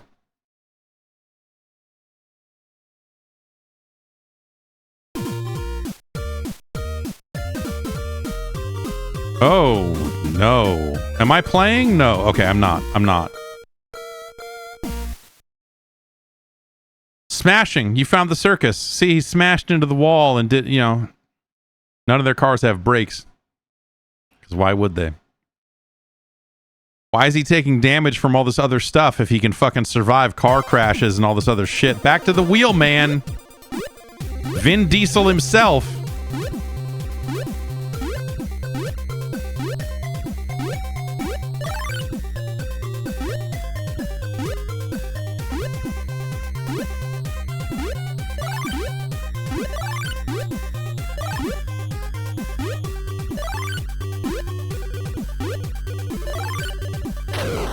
Oh, God.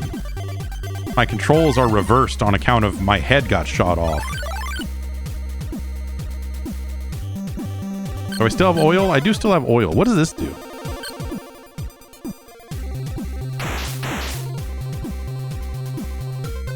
Maybe I should start using more oil, huh?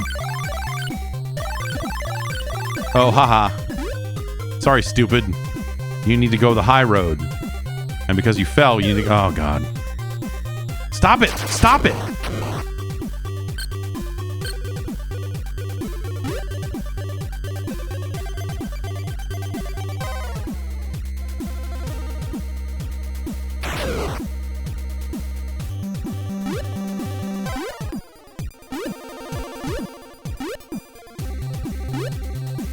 Controls are still backwards. I have not respawned ahead. This is not appearing to be a temporary issue. This is... seems to be something where maybe I need to go collect my head. But we're past that now, and... well... getting another bomb has not restored my head. Ah, cool.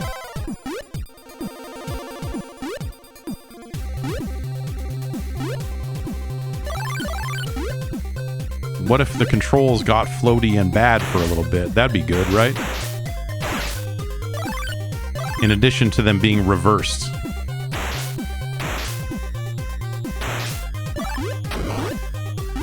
Alright. We got head.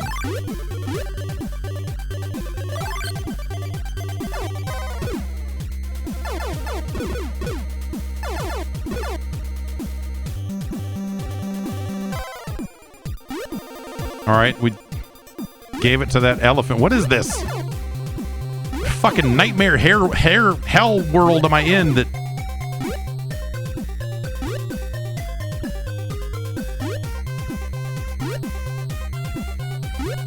oh, fuck me. You asshole.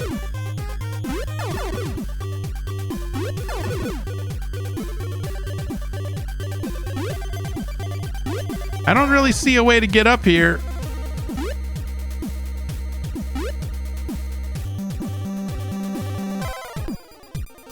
But we definitely respawned the elephant. What does this do?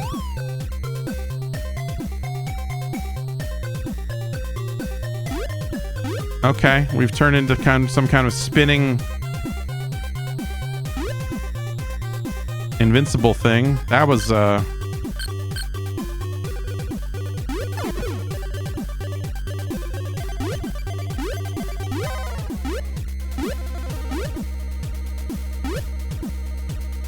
okay, well.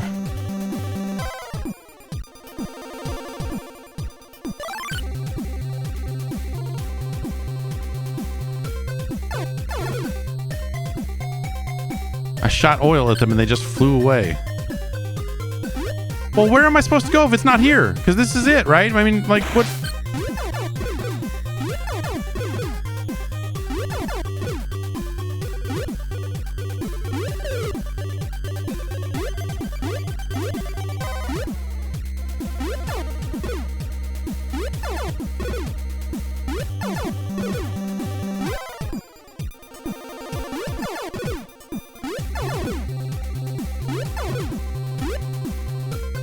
Does not seem to be any kind of wall jump situation. I can't bounce higher on this wire or, you know, wherever I am here. Maybe the high speed action. Oh, good. I blew my head off.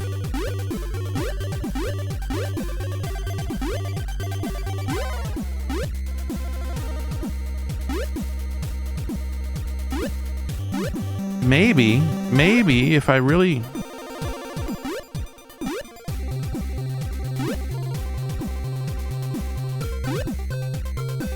I don't know, man.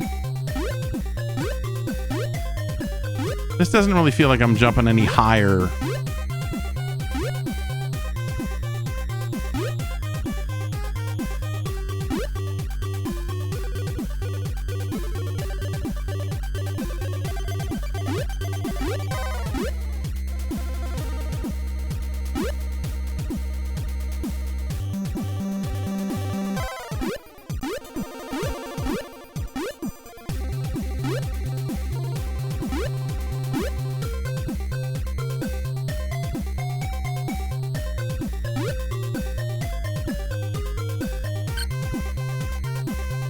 No, Also, my controls are backwards.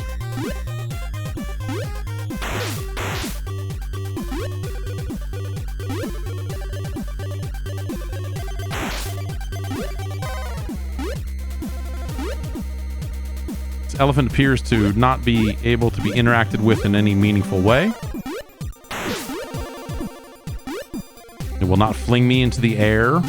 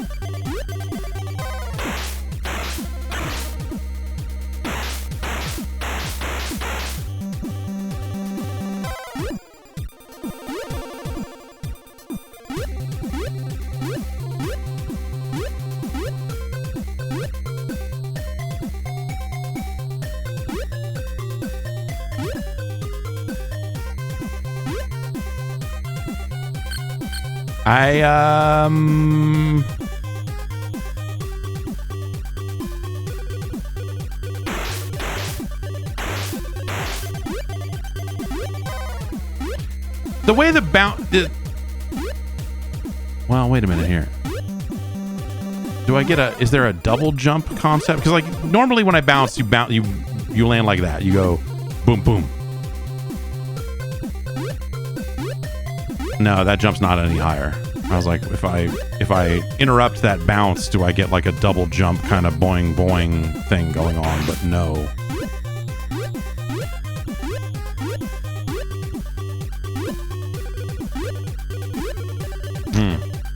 Or actually, yes. Didn't look like it.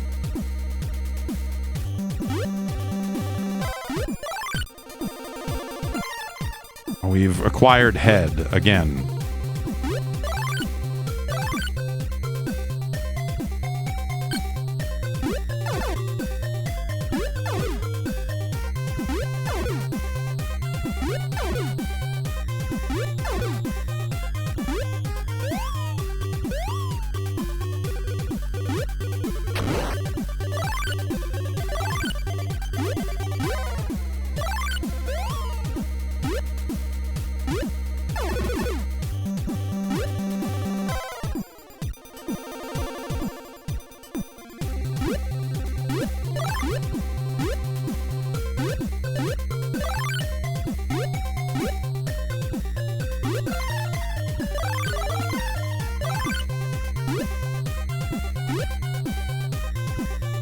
Ah!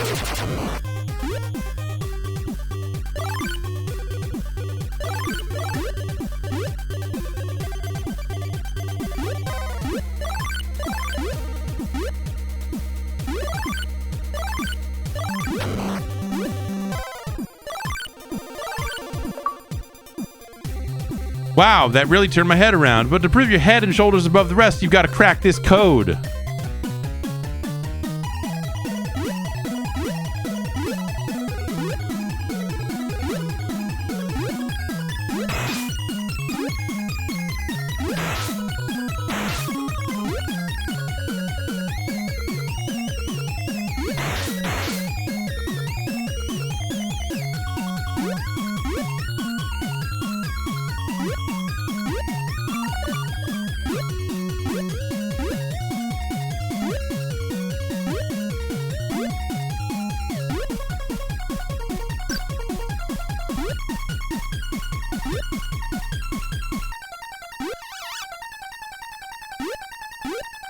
Okay, so I just need to move quickly.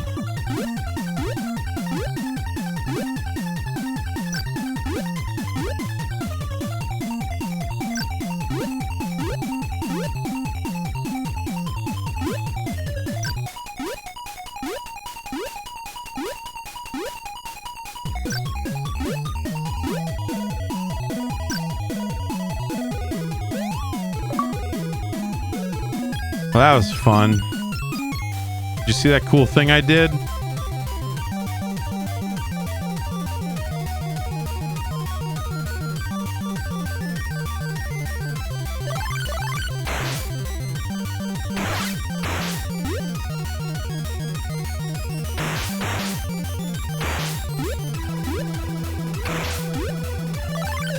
What the? Oh, great. Now my controls are backwards again. I'm having a great time.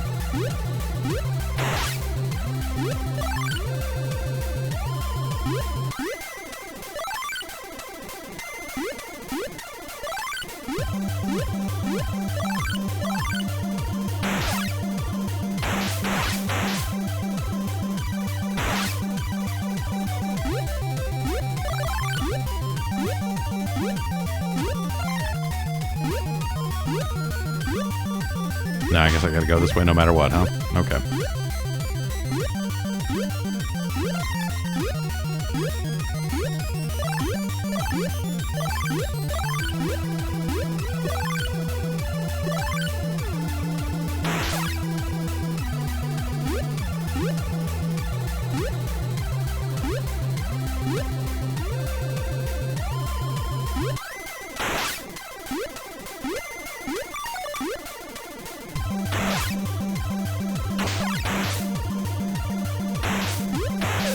Ah. Ah. Ah. Ah.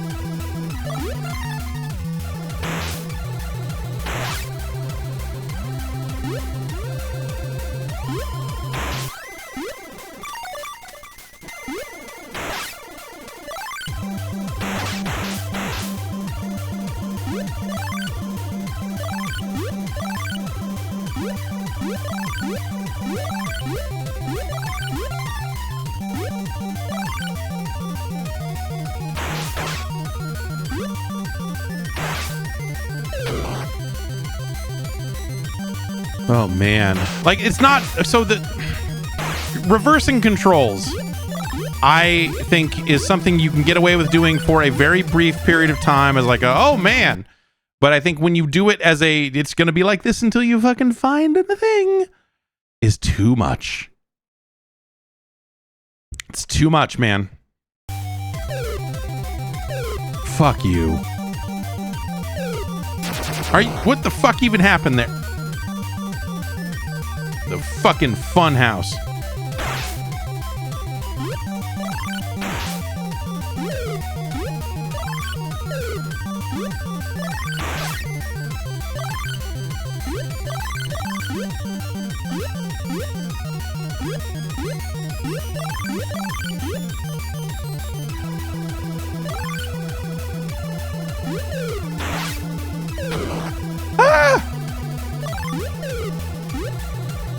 Yeah. Yeah. Yeah. Yeah. Yeah.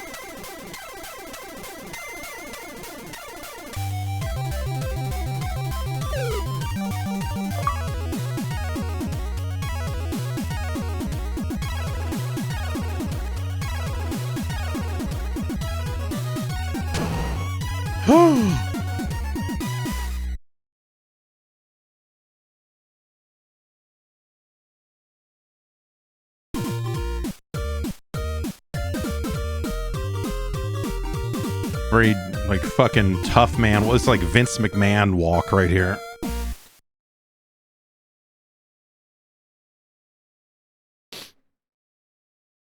Warehouse.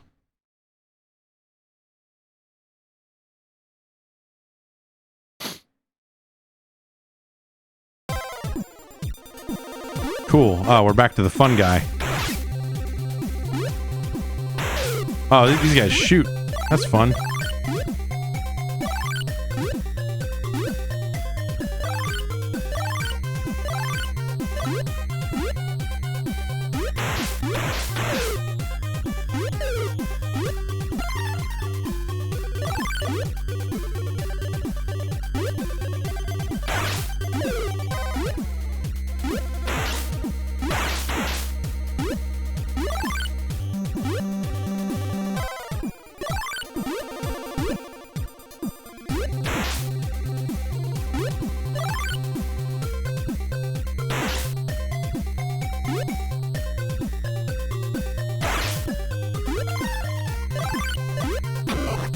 Oh, awesome. No, I need that head.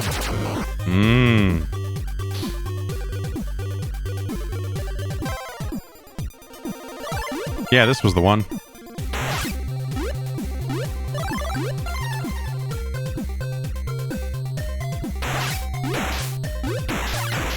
I'm hooking up all kinds of head in this part of the level here.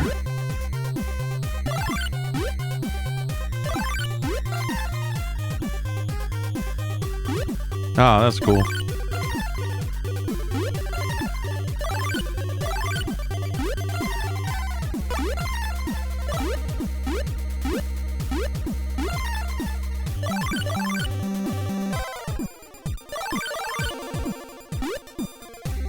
No?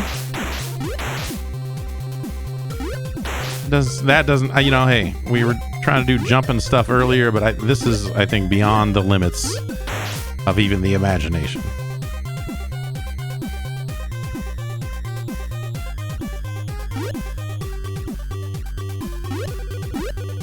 Did I?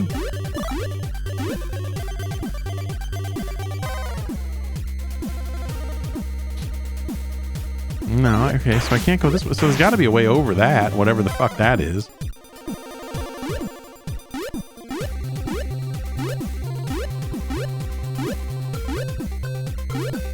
Probably not going back this far. This is probably not the answer.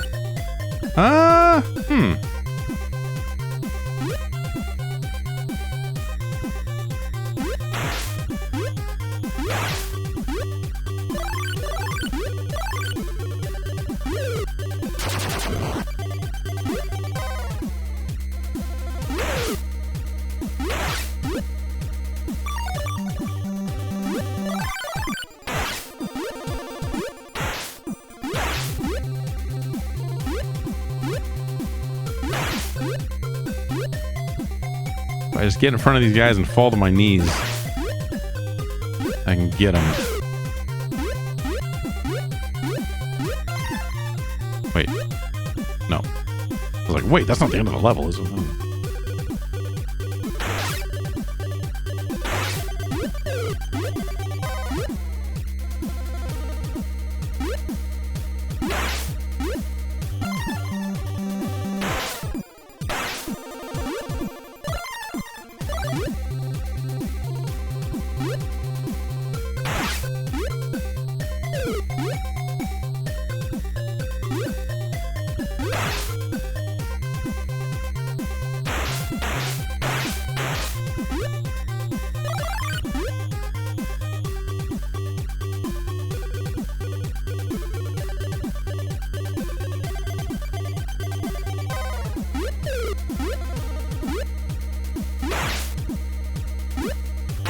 Ah, you piece of shit. Oh, fuck, I thought... I don't...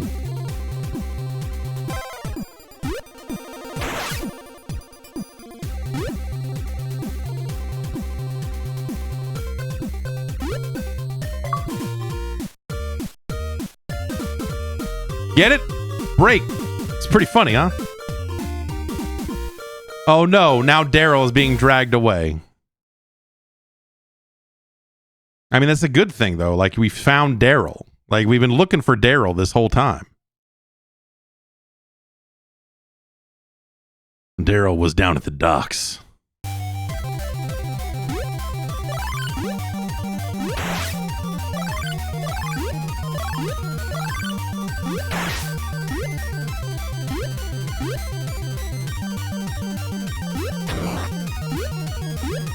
Good looking water. Great water tech here.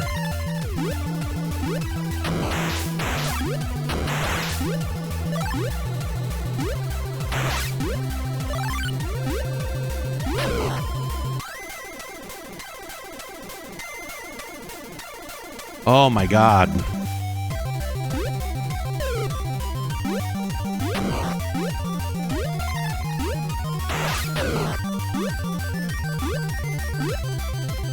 All right, now we get to do all this with the controls reversed.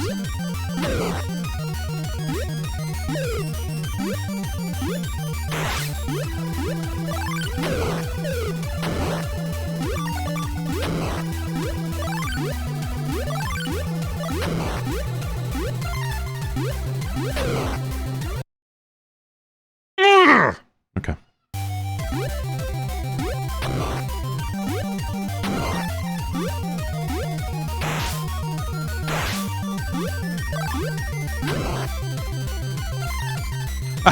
See, the controls reversed and then...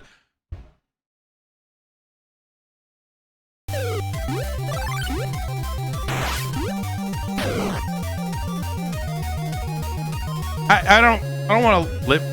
Okay, that's fine. Darn, I ran out of lives.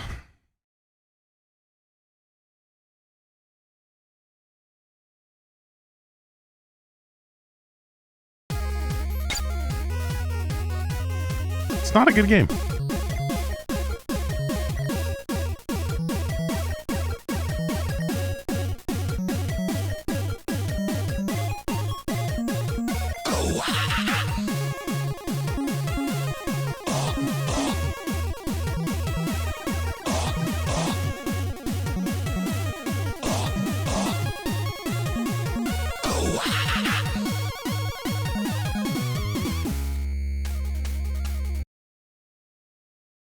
Your friends at LJN know what's best for you. They just choose to not make games that honor that or...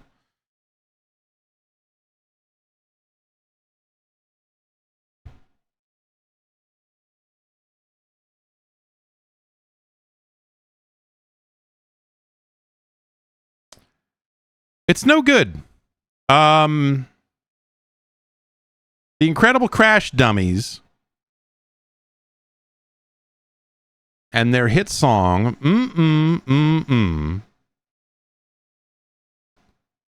it's fucking terrible. The video game based on the song, even worse.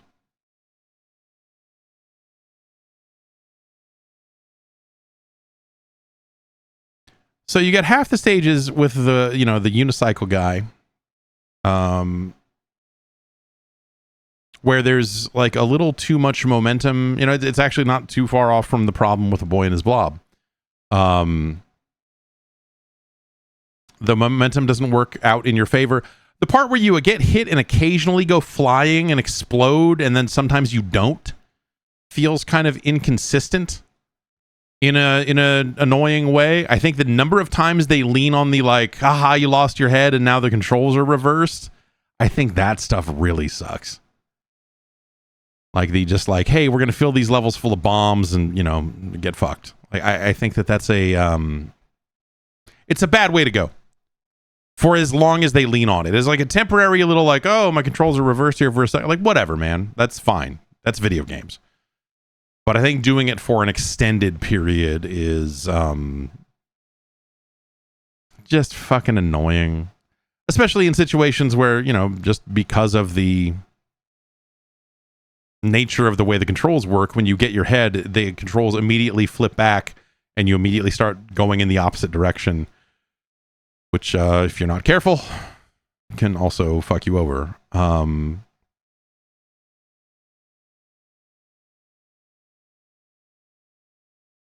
It's ugly. Like the color palette in play here is it's fucking ugly, man. The music has some okay bits to it. But it's, you know, I don't know. Some songs are better than others. I don't know. That's not anything too out of the ordinary. It does have that kind of arpeggiated Sid chip vibe to it, which I don't know. Hey, I'm cool with that. I like that. I just don't know if I like it on the NES as much as we've gotten it over the years. It's just like, wow, there's a lot more of it than I thought. As we play through the catalog, a lot more of this sound on it than I expected. Whatever. We talked about that stuff previously, but let's get to this. Also, kind of a weird thing. Yeah, this game did not come out in the US until 1994.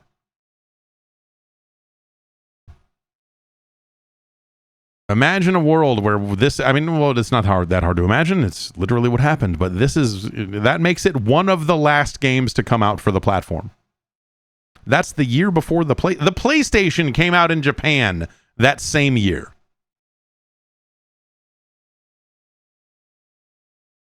You're like, what am I going to get? Am I going to get a PlayStation, play some Ridge Racer? Going to import a PlayStation? Or am I going to play Incredible Crash Dummies? Also, yeah, what era, what year were people caring about the Incredible Crash Dummies? When was this cartoon even on? I don't know. A lot of unanswered questions that I'm happy to have remain unanswered. Let's get this on the list. It's no Maniac Mansion. It is no David Crane's A Boy and His Blob, Trouble on Blobolonia.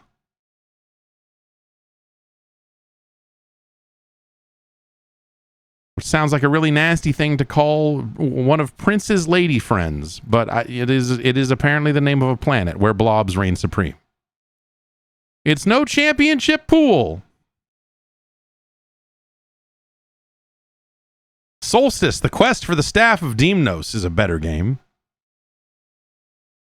I dare say you would be better served by a copy of Dino Wars Destruction of Spondylaus.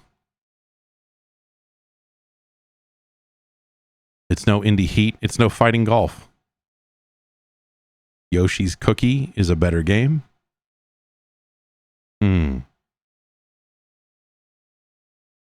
Dare I say it, you would be better served by a copy of Iron Sword Wizards and Warriors 2. Man. That feels like a weird thing to say.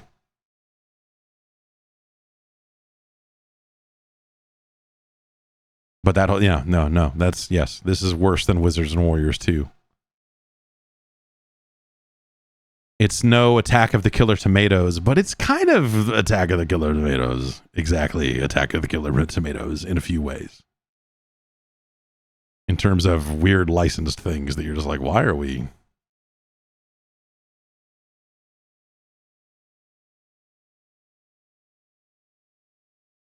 It's worse than Hudson's Adventure Island. It's no Yo-Noid. Puss in Boots' Perro's Great Adventure is a better game. But not by much. I mean, this is kind of... like, this is better than...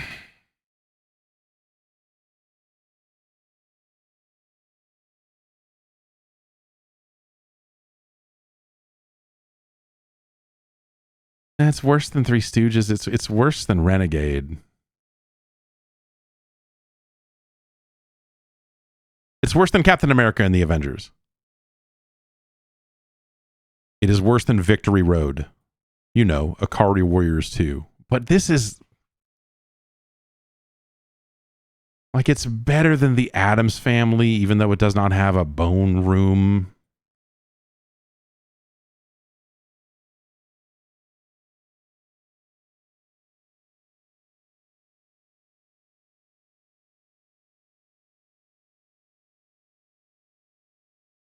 Is it better or worse than Big Nose the Caveman?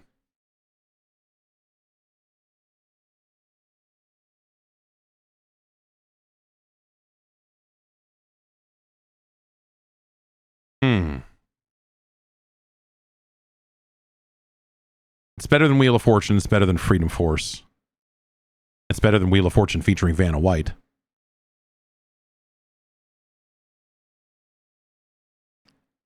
Swordmaster. Is this worse than Swordmaster?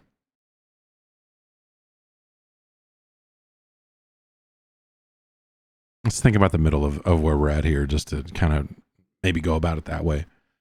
Is it better or worse than Ghoul School? It's worse than Ghoul School. It is worse than Dr. Jekyll and Mr. Hyde. It's worse than Cobra Command. It is worse than Stanley, The Search for Dr. Livingston, but not, it's worse than Magic Johnson's Fast Break. I guess it comes down to Swordmaster. This is worse than Swordmaster, but better than Wheel of Fortune featuring Vanna White. It's our new number 368.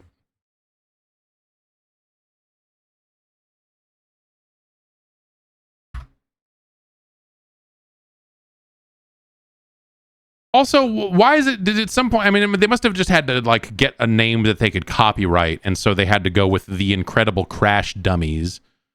But they were always the crash test dummies. The Incredible Crash Test Dummies is how I remember them. So I wonder if it was a case of like when it came time to license it or do a commercial thing with it outside of just the commercials, did they have to name it that? I guess they didn't really ever name them in the ads for seatbelt safety. They never really named them, but they were just like, maybe that's just what they were. They were crash test dummies. That's the real term for them.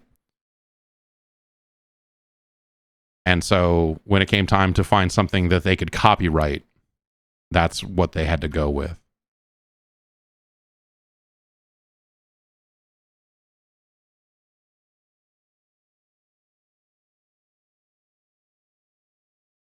There you have it. The Incredible Crash Dummies, 368. Yuck.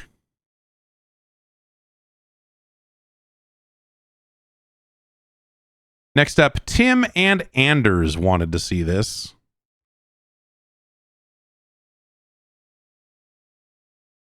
And I don't know.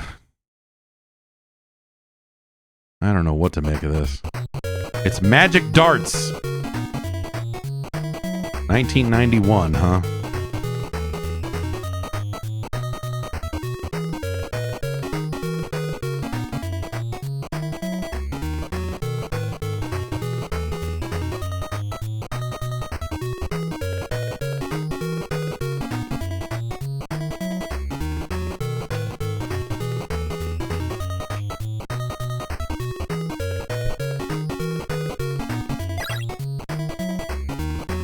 Half it. Round the clock. Count up 701, 501, and 301. I guess, I don't know. 301? Or am I picking area codes? Open in, open out? Open in, double out. Double in, double out. I'm happy to open in, open out. Do we want Tom, Bob, Ann, Sue, Joe, Max, Lee, Rom, Liz, Ken? How many other 3 character names could they have got? Rio? Evie?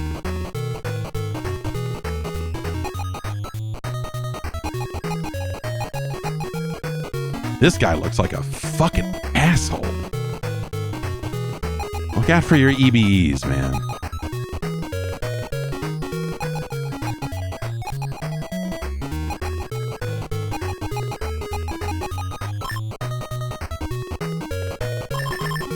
Oh, wait, what did I skip past? Oh, no.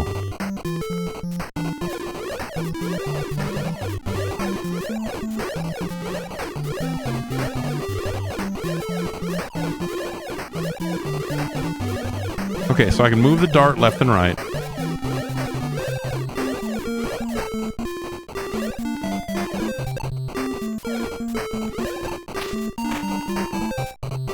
Why does the music sound like something is broken?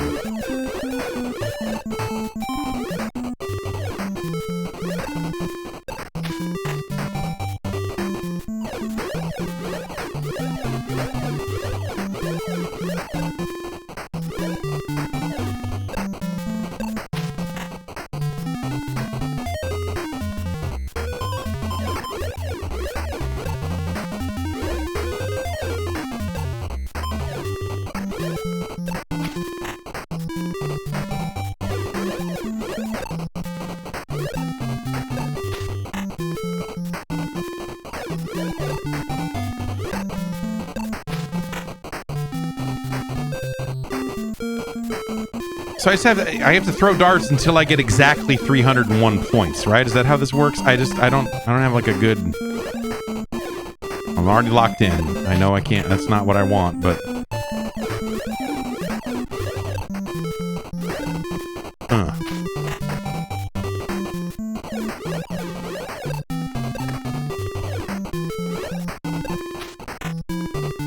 I have to finish on a double. I picked open in, open out, not open in, double out.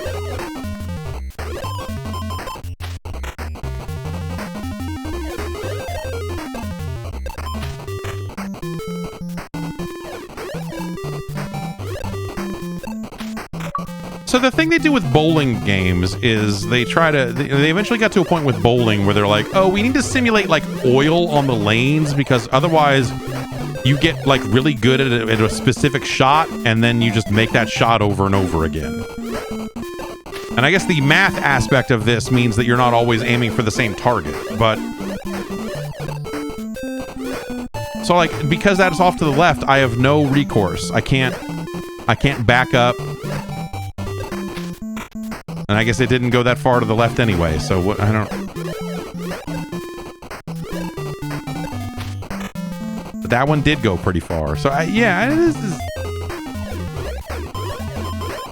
It feels like the thing is moving faster over time, too, like the monkey's getting tired.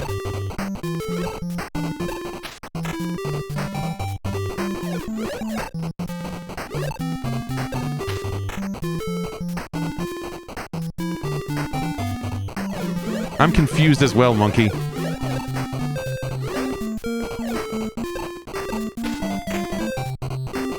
So we need 9. Does that mean I can just go here and try to throw a fucking 9?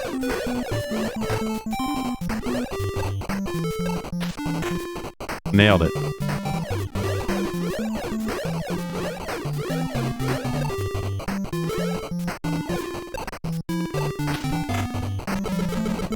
Monkey clapping. Monkey happy. Ah, monkey! And then back to the fucking title screen. Thanks for coming. Magic darts.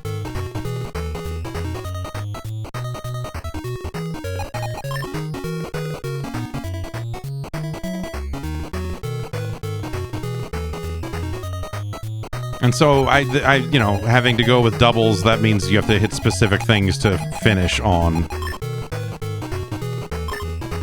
Do any of these guys feel any different? I mean, does...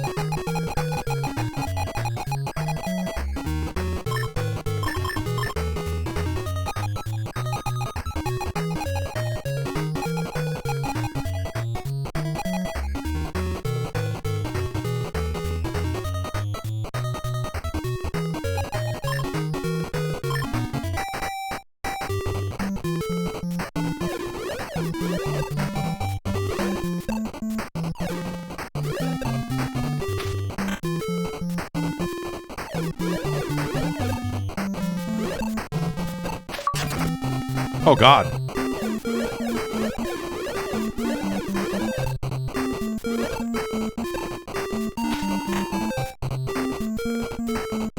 Yeah!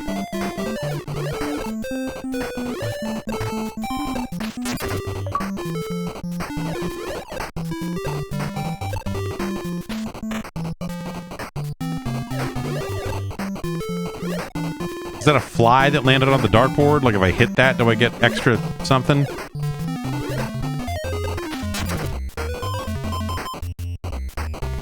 He looks like the guys, the Smash TV guys at the end of the stage when they're shooting at the air going, yeah!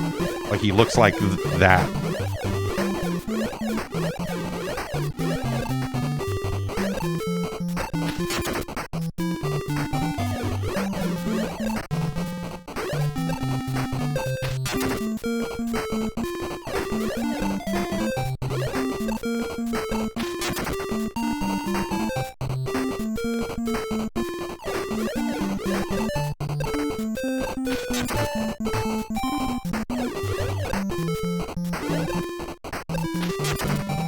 What? That was not where I aimed.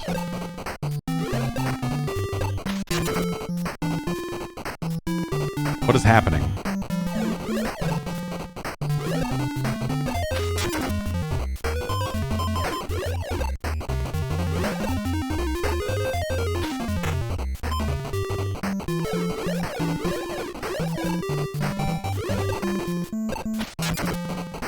Like, by default, he's throwing way right.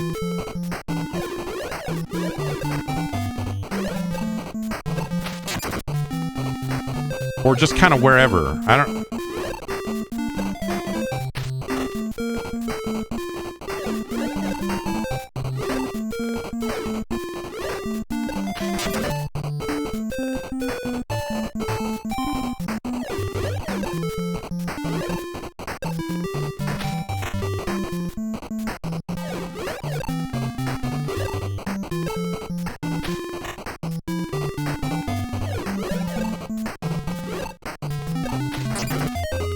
Anyone who's anyone plays darts shirtless. It's a sport. You have to... You need to be able to move, you know?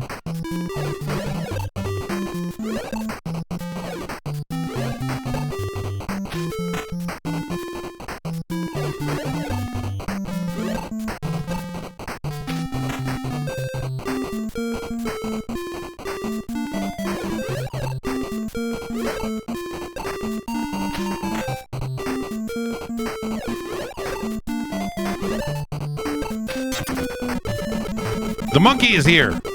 Wait, everybody's back.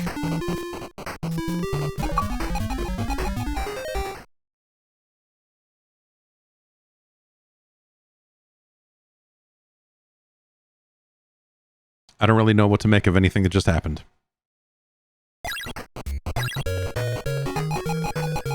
Half it.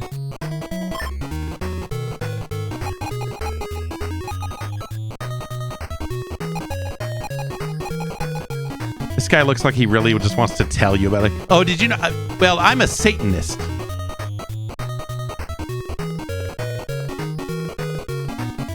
Like, he's not evil. He's just like, I grew this beard because I think Aleister Crowley is an interesting... I mean, you should really check it out. You should really check it out sometime.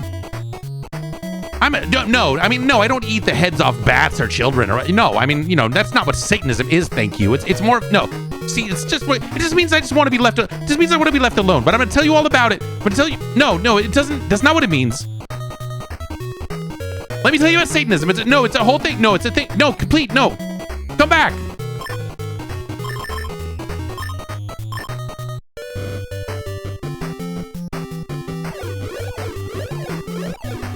So do I need to get 15 here? Is that why 15 is blinking?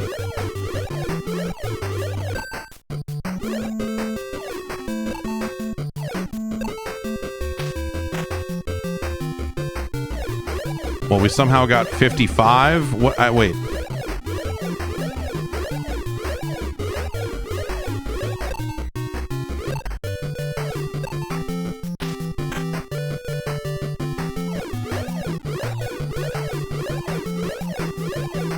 Oh, I really don't know what I'm doing.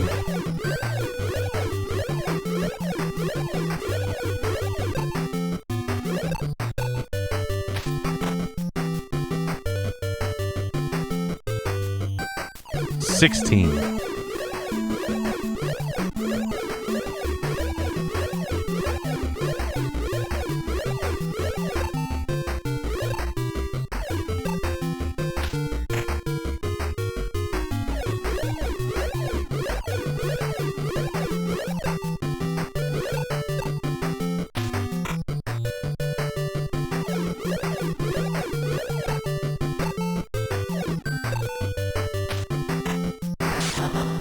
half it.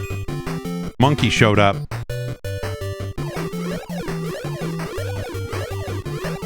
D.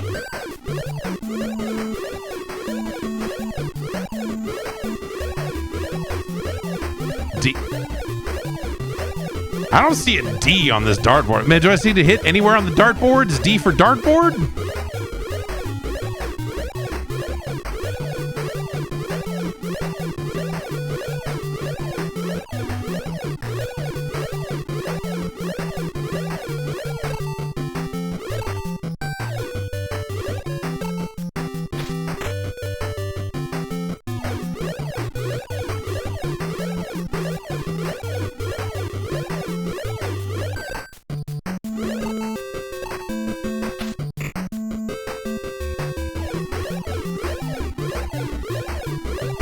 Is the outer ring the doubles ring? Is that one that went in the 13 kind of looks like maybe it went in there? I don't know, man.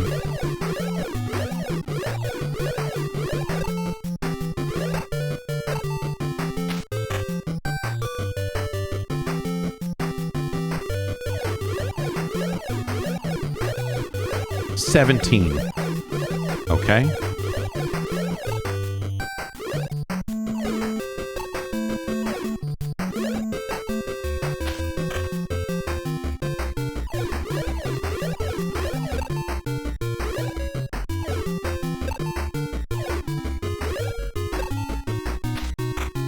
Why would it go all the way up there when I was at a low angle and full power?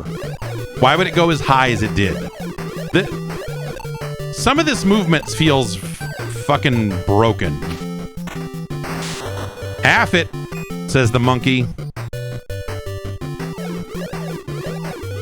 Thank you, Satan. I sell shoes.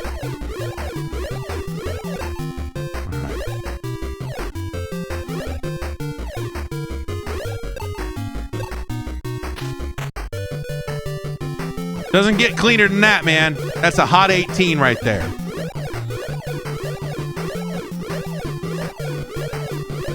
Doesn't get more 18 than that.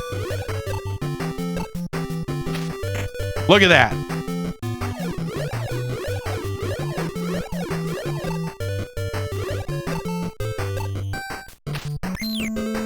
Good luck. Good. Oh, does that mean I'm lucky? Or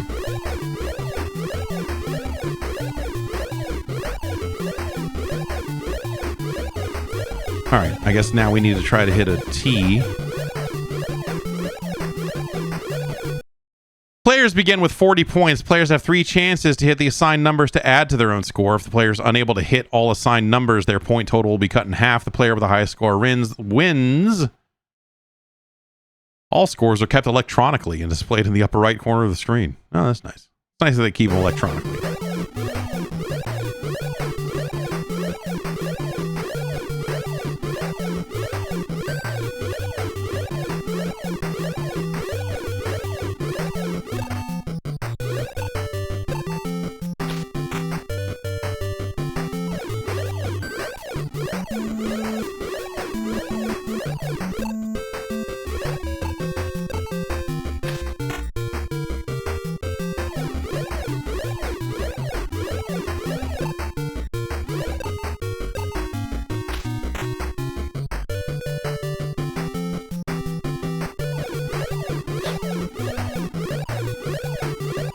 $19.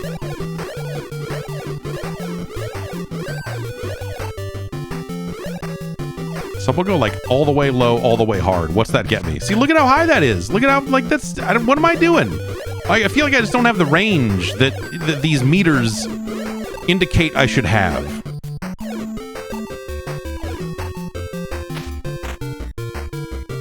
You know what I mean?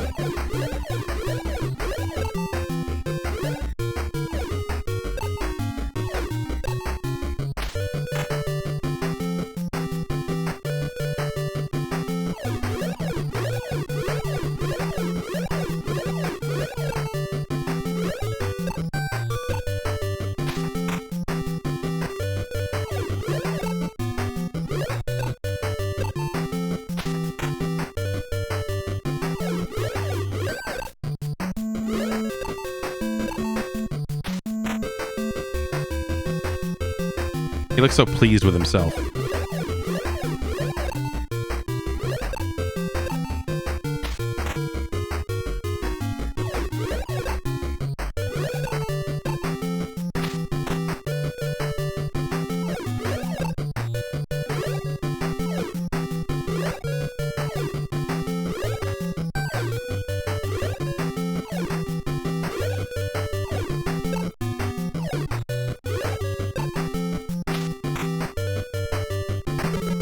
Monkey pleased. I am the winner. Now, if you'll excuse me, I have to go around to all of the rooms at this Motel 6 and write "Once Upon a Time" at the front of the Bibles.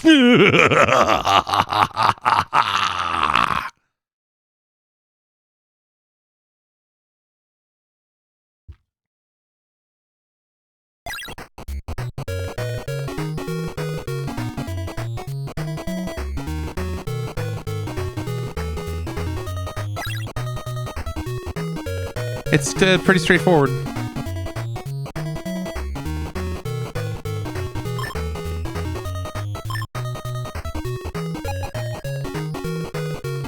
I think this is asking for human players, so I think if I...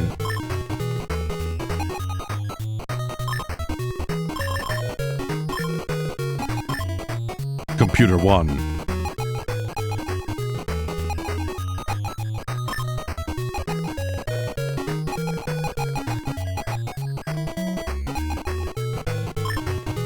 Kung Fu, we've written on the screen here.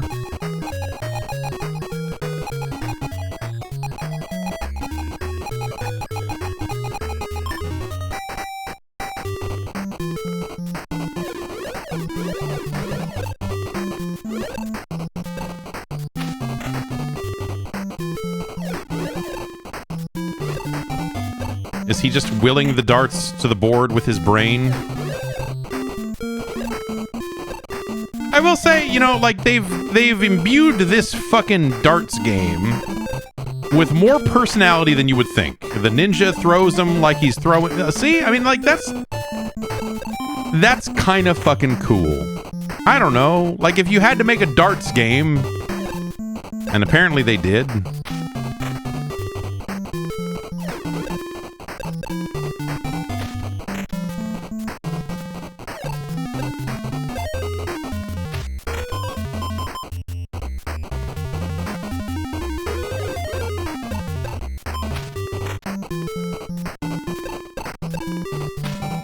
You could do worse.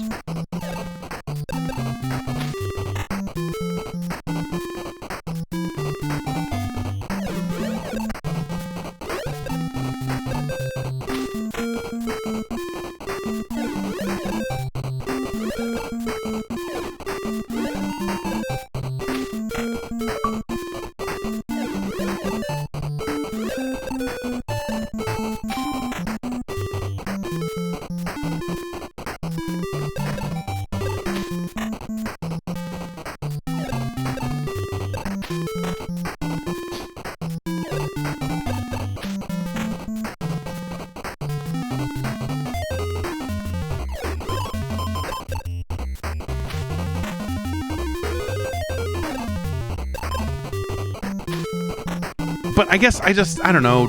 Darts is such a thin thing.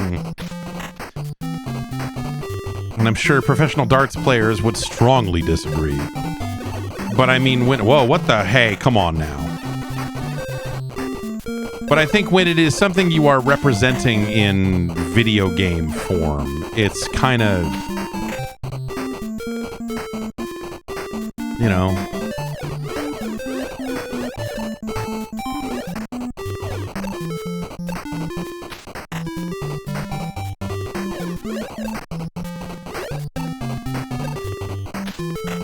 And so sort of the weird thing is that they lie. I don't know. I mean, you know, I'm picking these angles, but it is not always... You see, that one was a little bit off to the left compared to what it, you know, some of the other shots.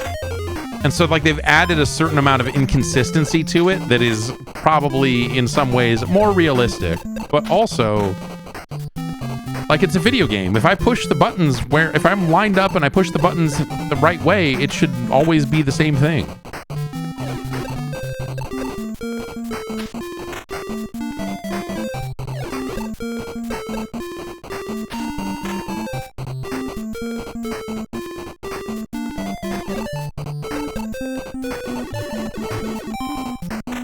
fucked up.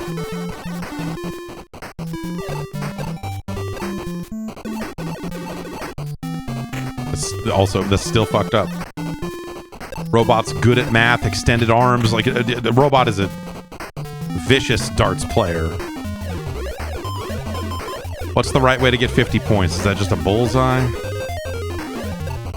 No problem. All right, so we need 30 points. So like a double 15? I'm not gonna be able to hit that, but let's pretend.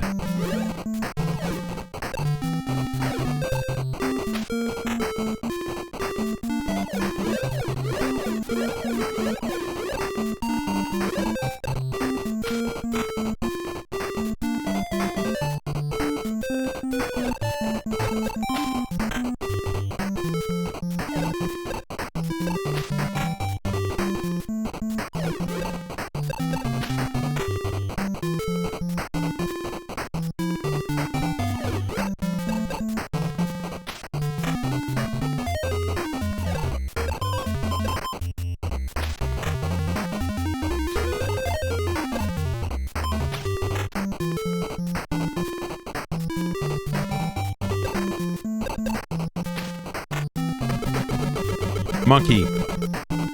Lady. The monkey and the lady are pleased. This is like an 80s movie. Or I got like a pretty lady and a monkey. Like I'm gonna go get in a fucking big rig and drive off at the end of this.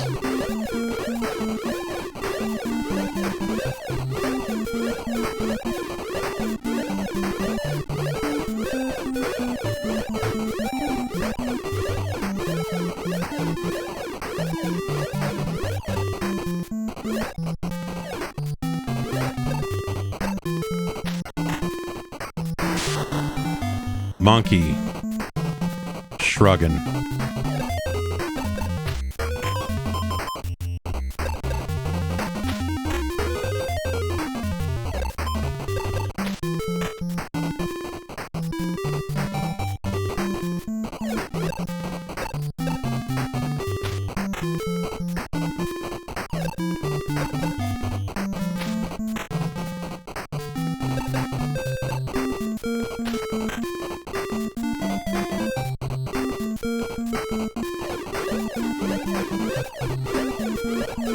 Is that fucking guy gonna land? What, you know, can I aim for the...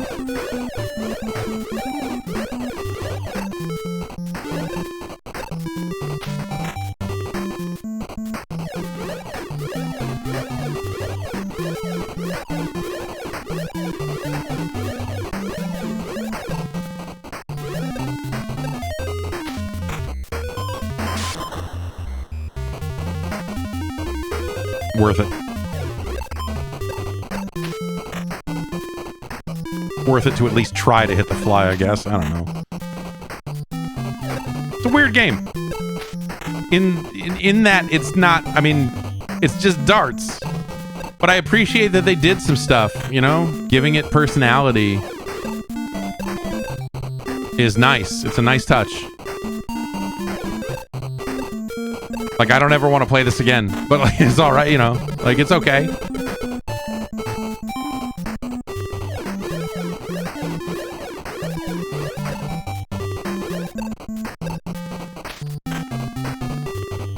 Yeah, now we're in business.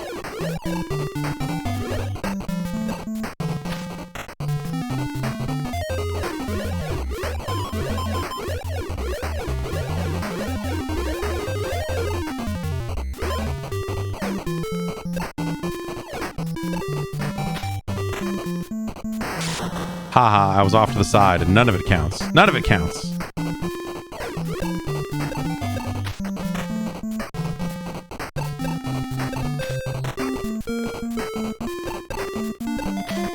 It's a good thing the ninja is also bad.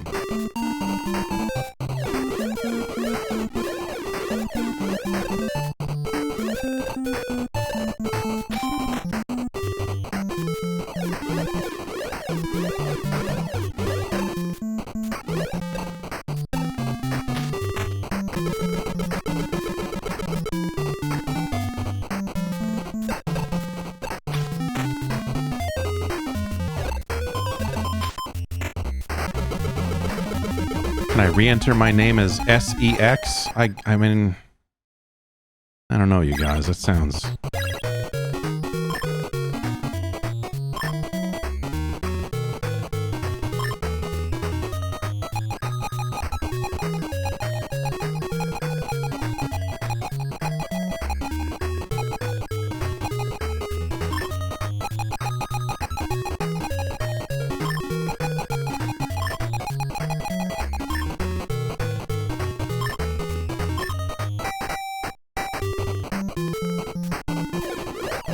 What in the fuck?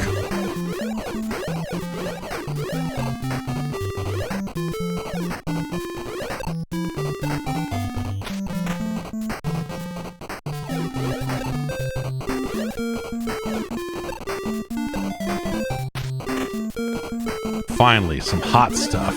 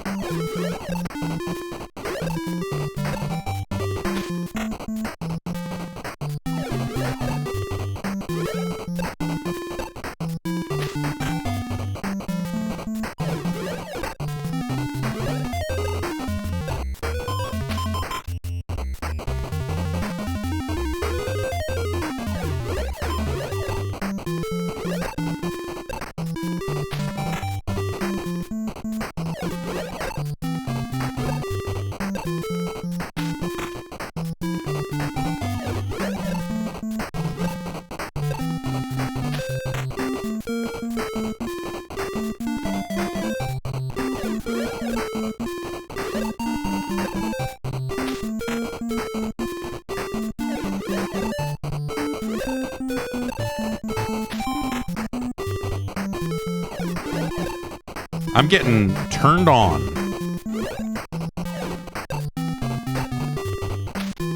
By all of this hot stuff.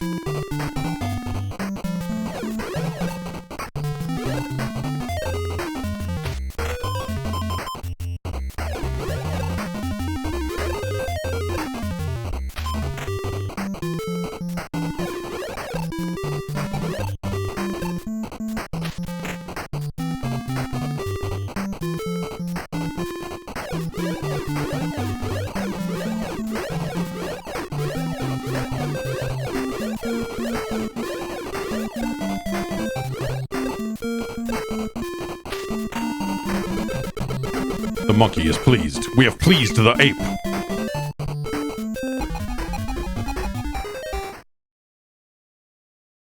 I like that it just goes back to the default character names there.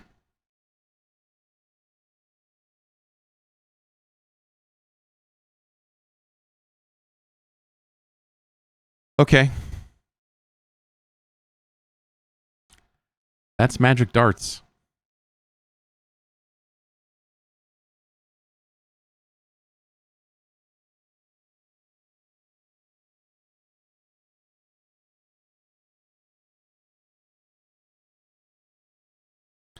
Well, that's hey man, like, cool. If you rented Magic Darts and you had some friends, you know, you could get a day or so out of Magic Darts. You know, it's a good short time thing. Like it's okay, and it's got just that littlest bit of depth there.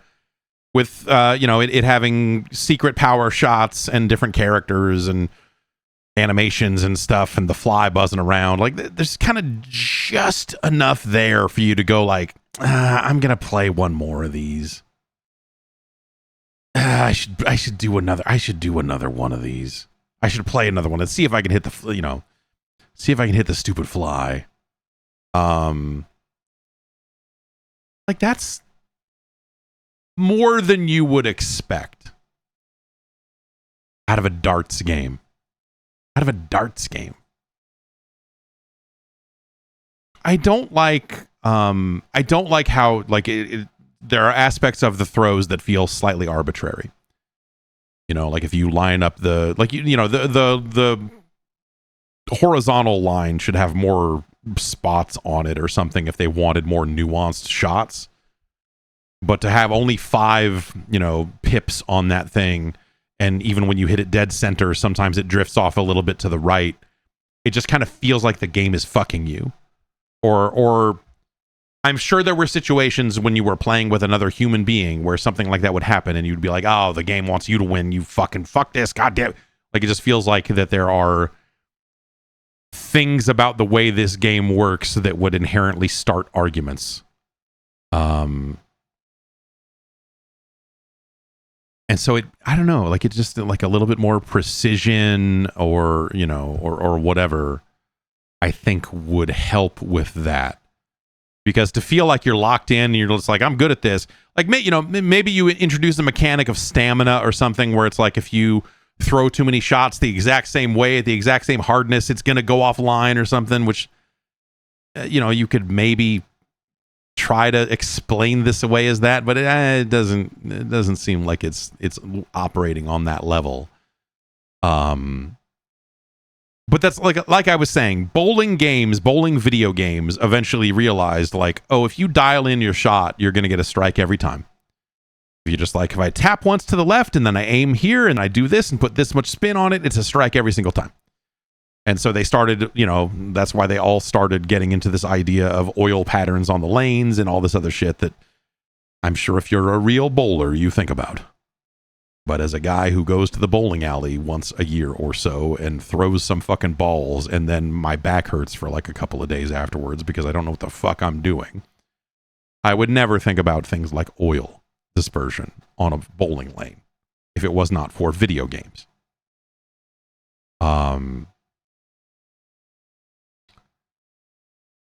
And so, like, I think that's like a cool solution that they came to, as bowling games became, as generations move forward and we got more realistic games and and whatever, they started figuring out that would be a way for them to prevent you from just throwing the same shot every time. It's like, oh, you've worn down the oil in this part of the lane and now that shot's not going to work anymore. You need to make adjustments. You need to be actually good at a variety of things in this game. And, it's harder to do that in darts, unless you ginned up some kind of, like I said, a stamina system or something where it's like, oh, your arm got tired. Like, between throws, you need to let this arm relax while lifting beers with the other arm. If you accidentally lift the beer with the wrong arm, then you're gonna fuck it all up. And I don't know, something.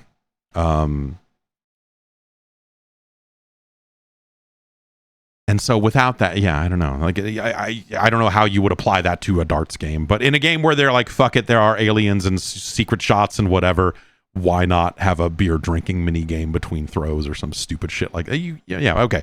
All right, I'm going to write all this down, and we're going to make the definitive darts game for a new generation of dartsists and make $1 billion. We're the next $1 billion darts game developers. This is where the money is. This is where the monkey is. Where does Magic Darts go on our list? Is the actual question we are asking today.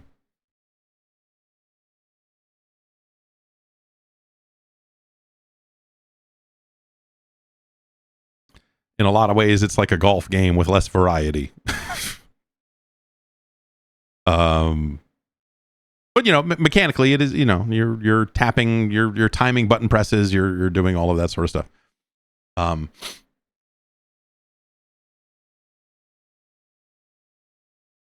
It is better than the Black Bass USA. It is better than Deadly Towers. It is certainly better than Rockin' Ball. It is better than Bible Buffet. Maybe that would be another way to go. What if you, instead of Magic Darts with a weird Satanist in it, you did Bible darts? And you throw darts at the Bible? No, I don't know. With the Bible? Some kind of Bible darts. Triple 20s for the Lord. It is better than Target Renegade. It is better than Bases Loaded 2 second season. It is better than Dig Dug 2 Trouble in Paradise. It's better than Defenders of Dynatron City. It is better than WCW World Championship Wrestling. It is better than Ghostbusters 2.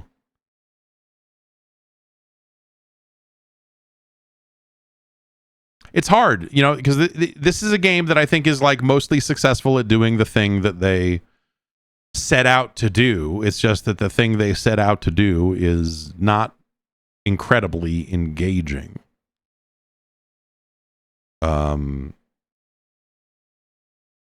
It is better than the Incredible Crash Dummies. It's better than Big Nose the Caveman. It is better than Ikari Warriors 2 Victory Road. That's a hard thing to say. Like if when you put in magic darts and pushed the start button, if the entire game halted and it just said, "Come on, let's darts," this would be a much easier sell.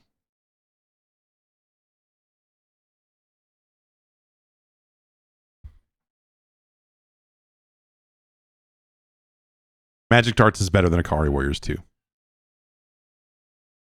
It's better than Chubby Cherub.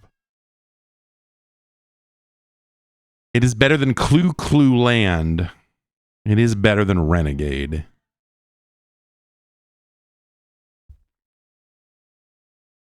It is golf-esque in some ways, but it is significantly a better game than Greg Norman's Golf Power.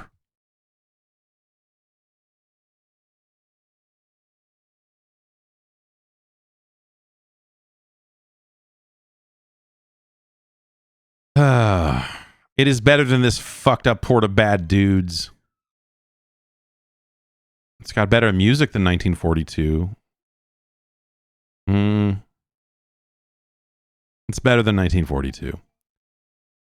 It's better than this funky version of Paperboy. It's better than Captain Comic The Adventure.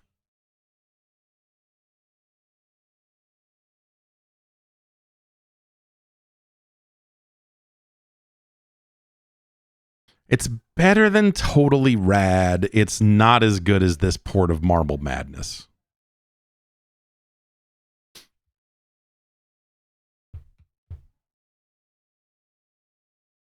It is better than the NES version of Fantasy Zone.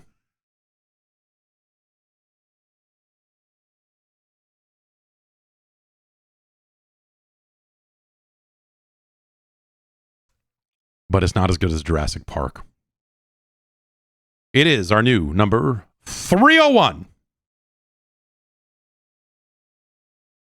Double in, double out. Magic darts. The magicest of darts.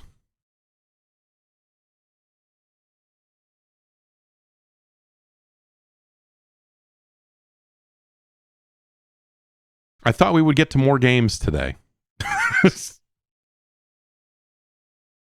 Then we did. There you have it. Magic Darts at 301. Poetic. We learned a lot here today. A Boy and His Blob. Again,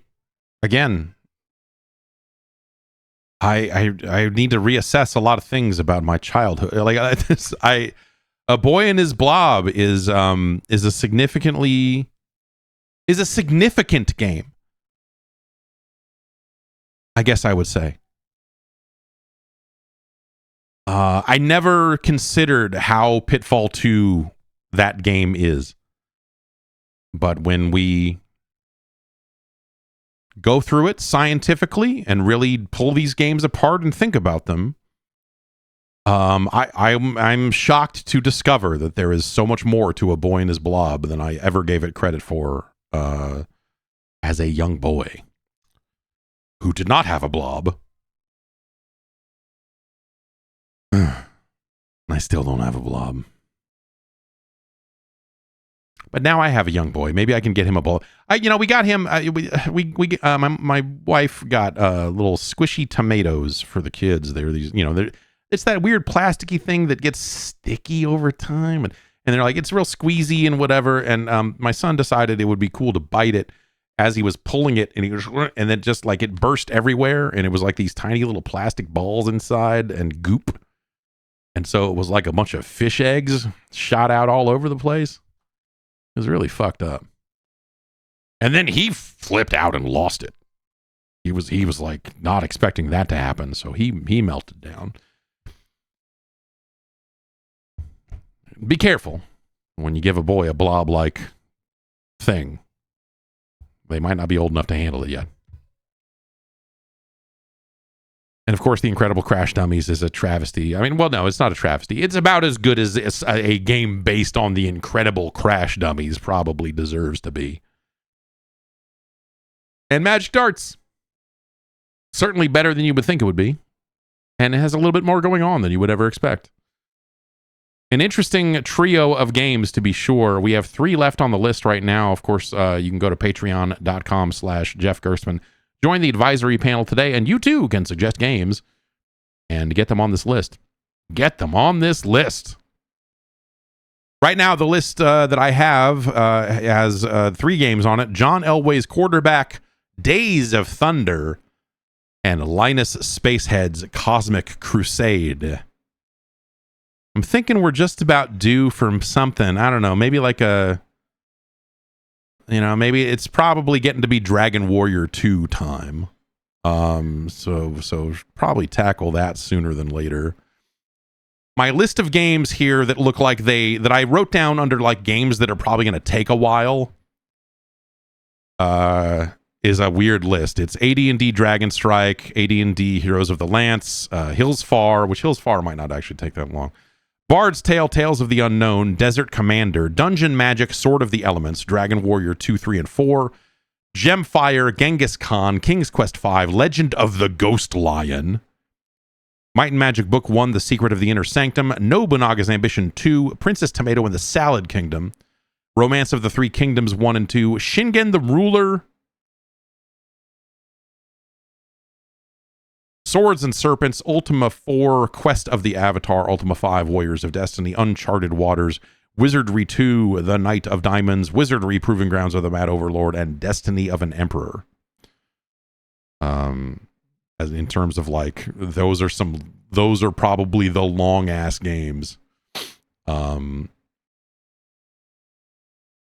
we need to start chipping away at those.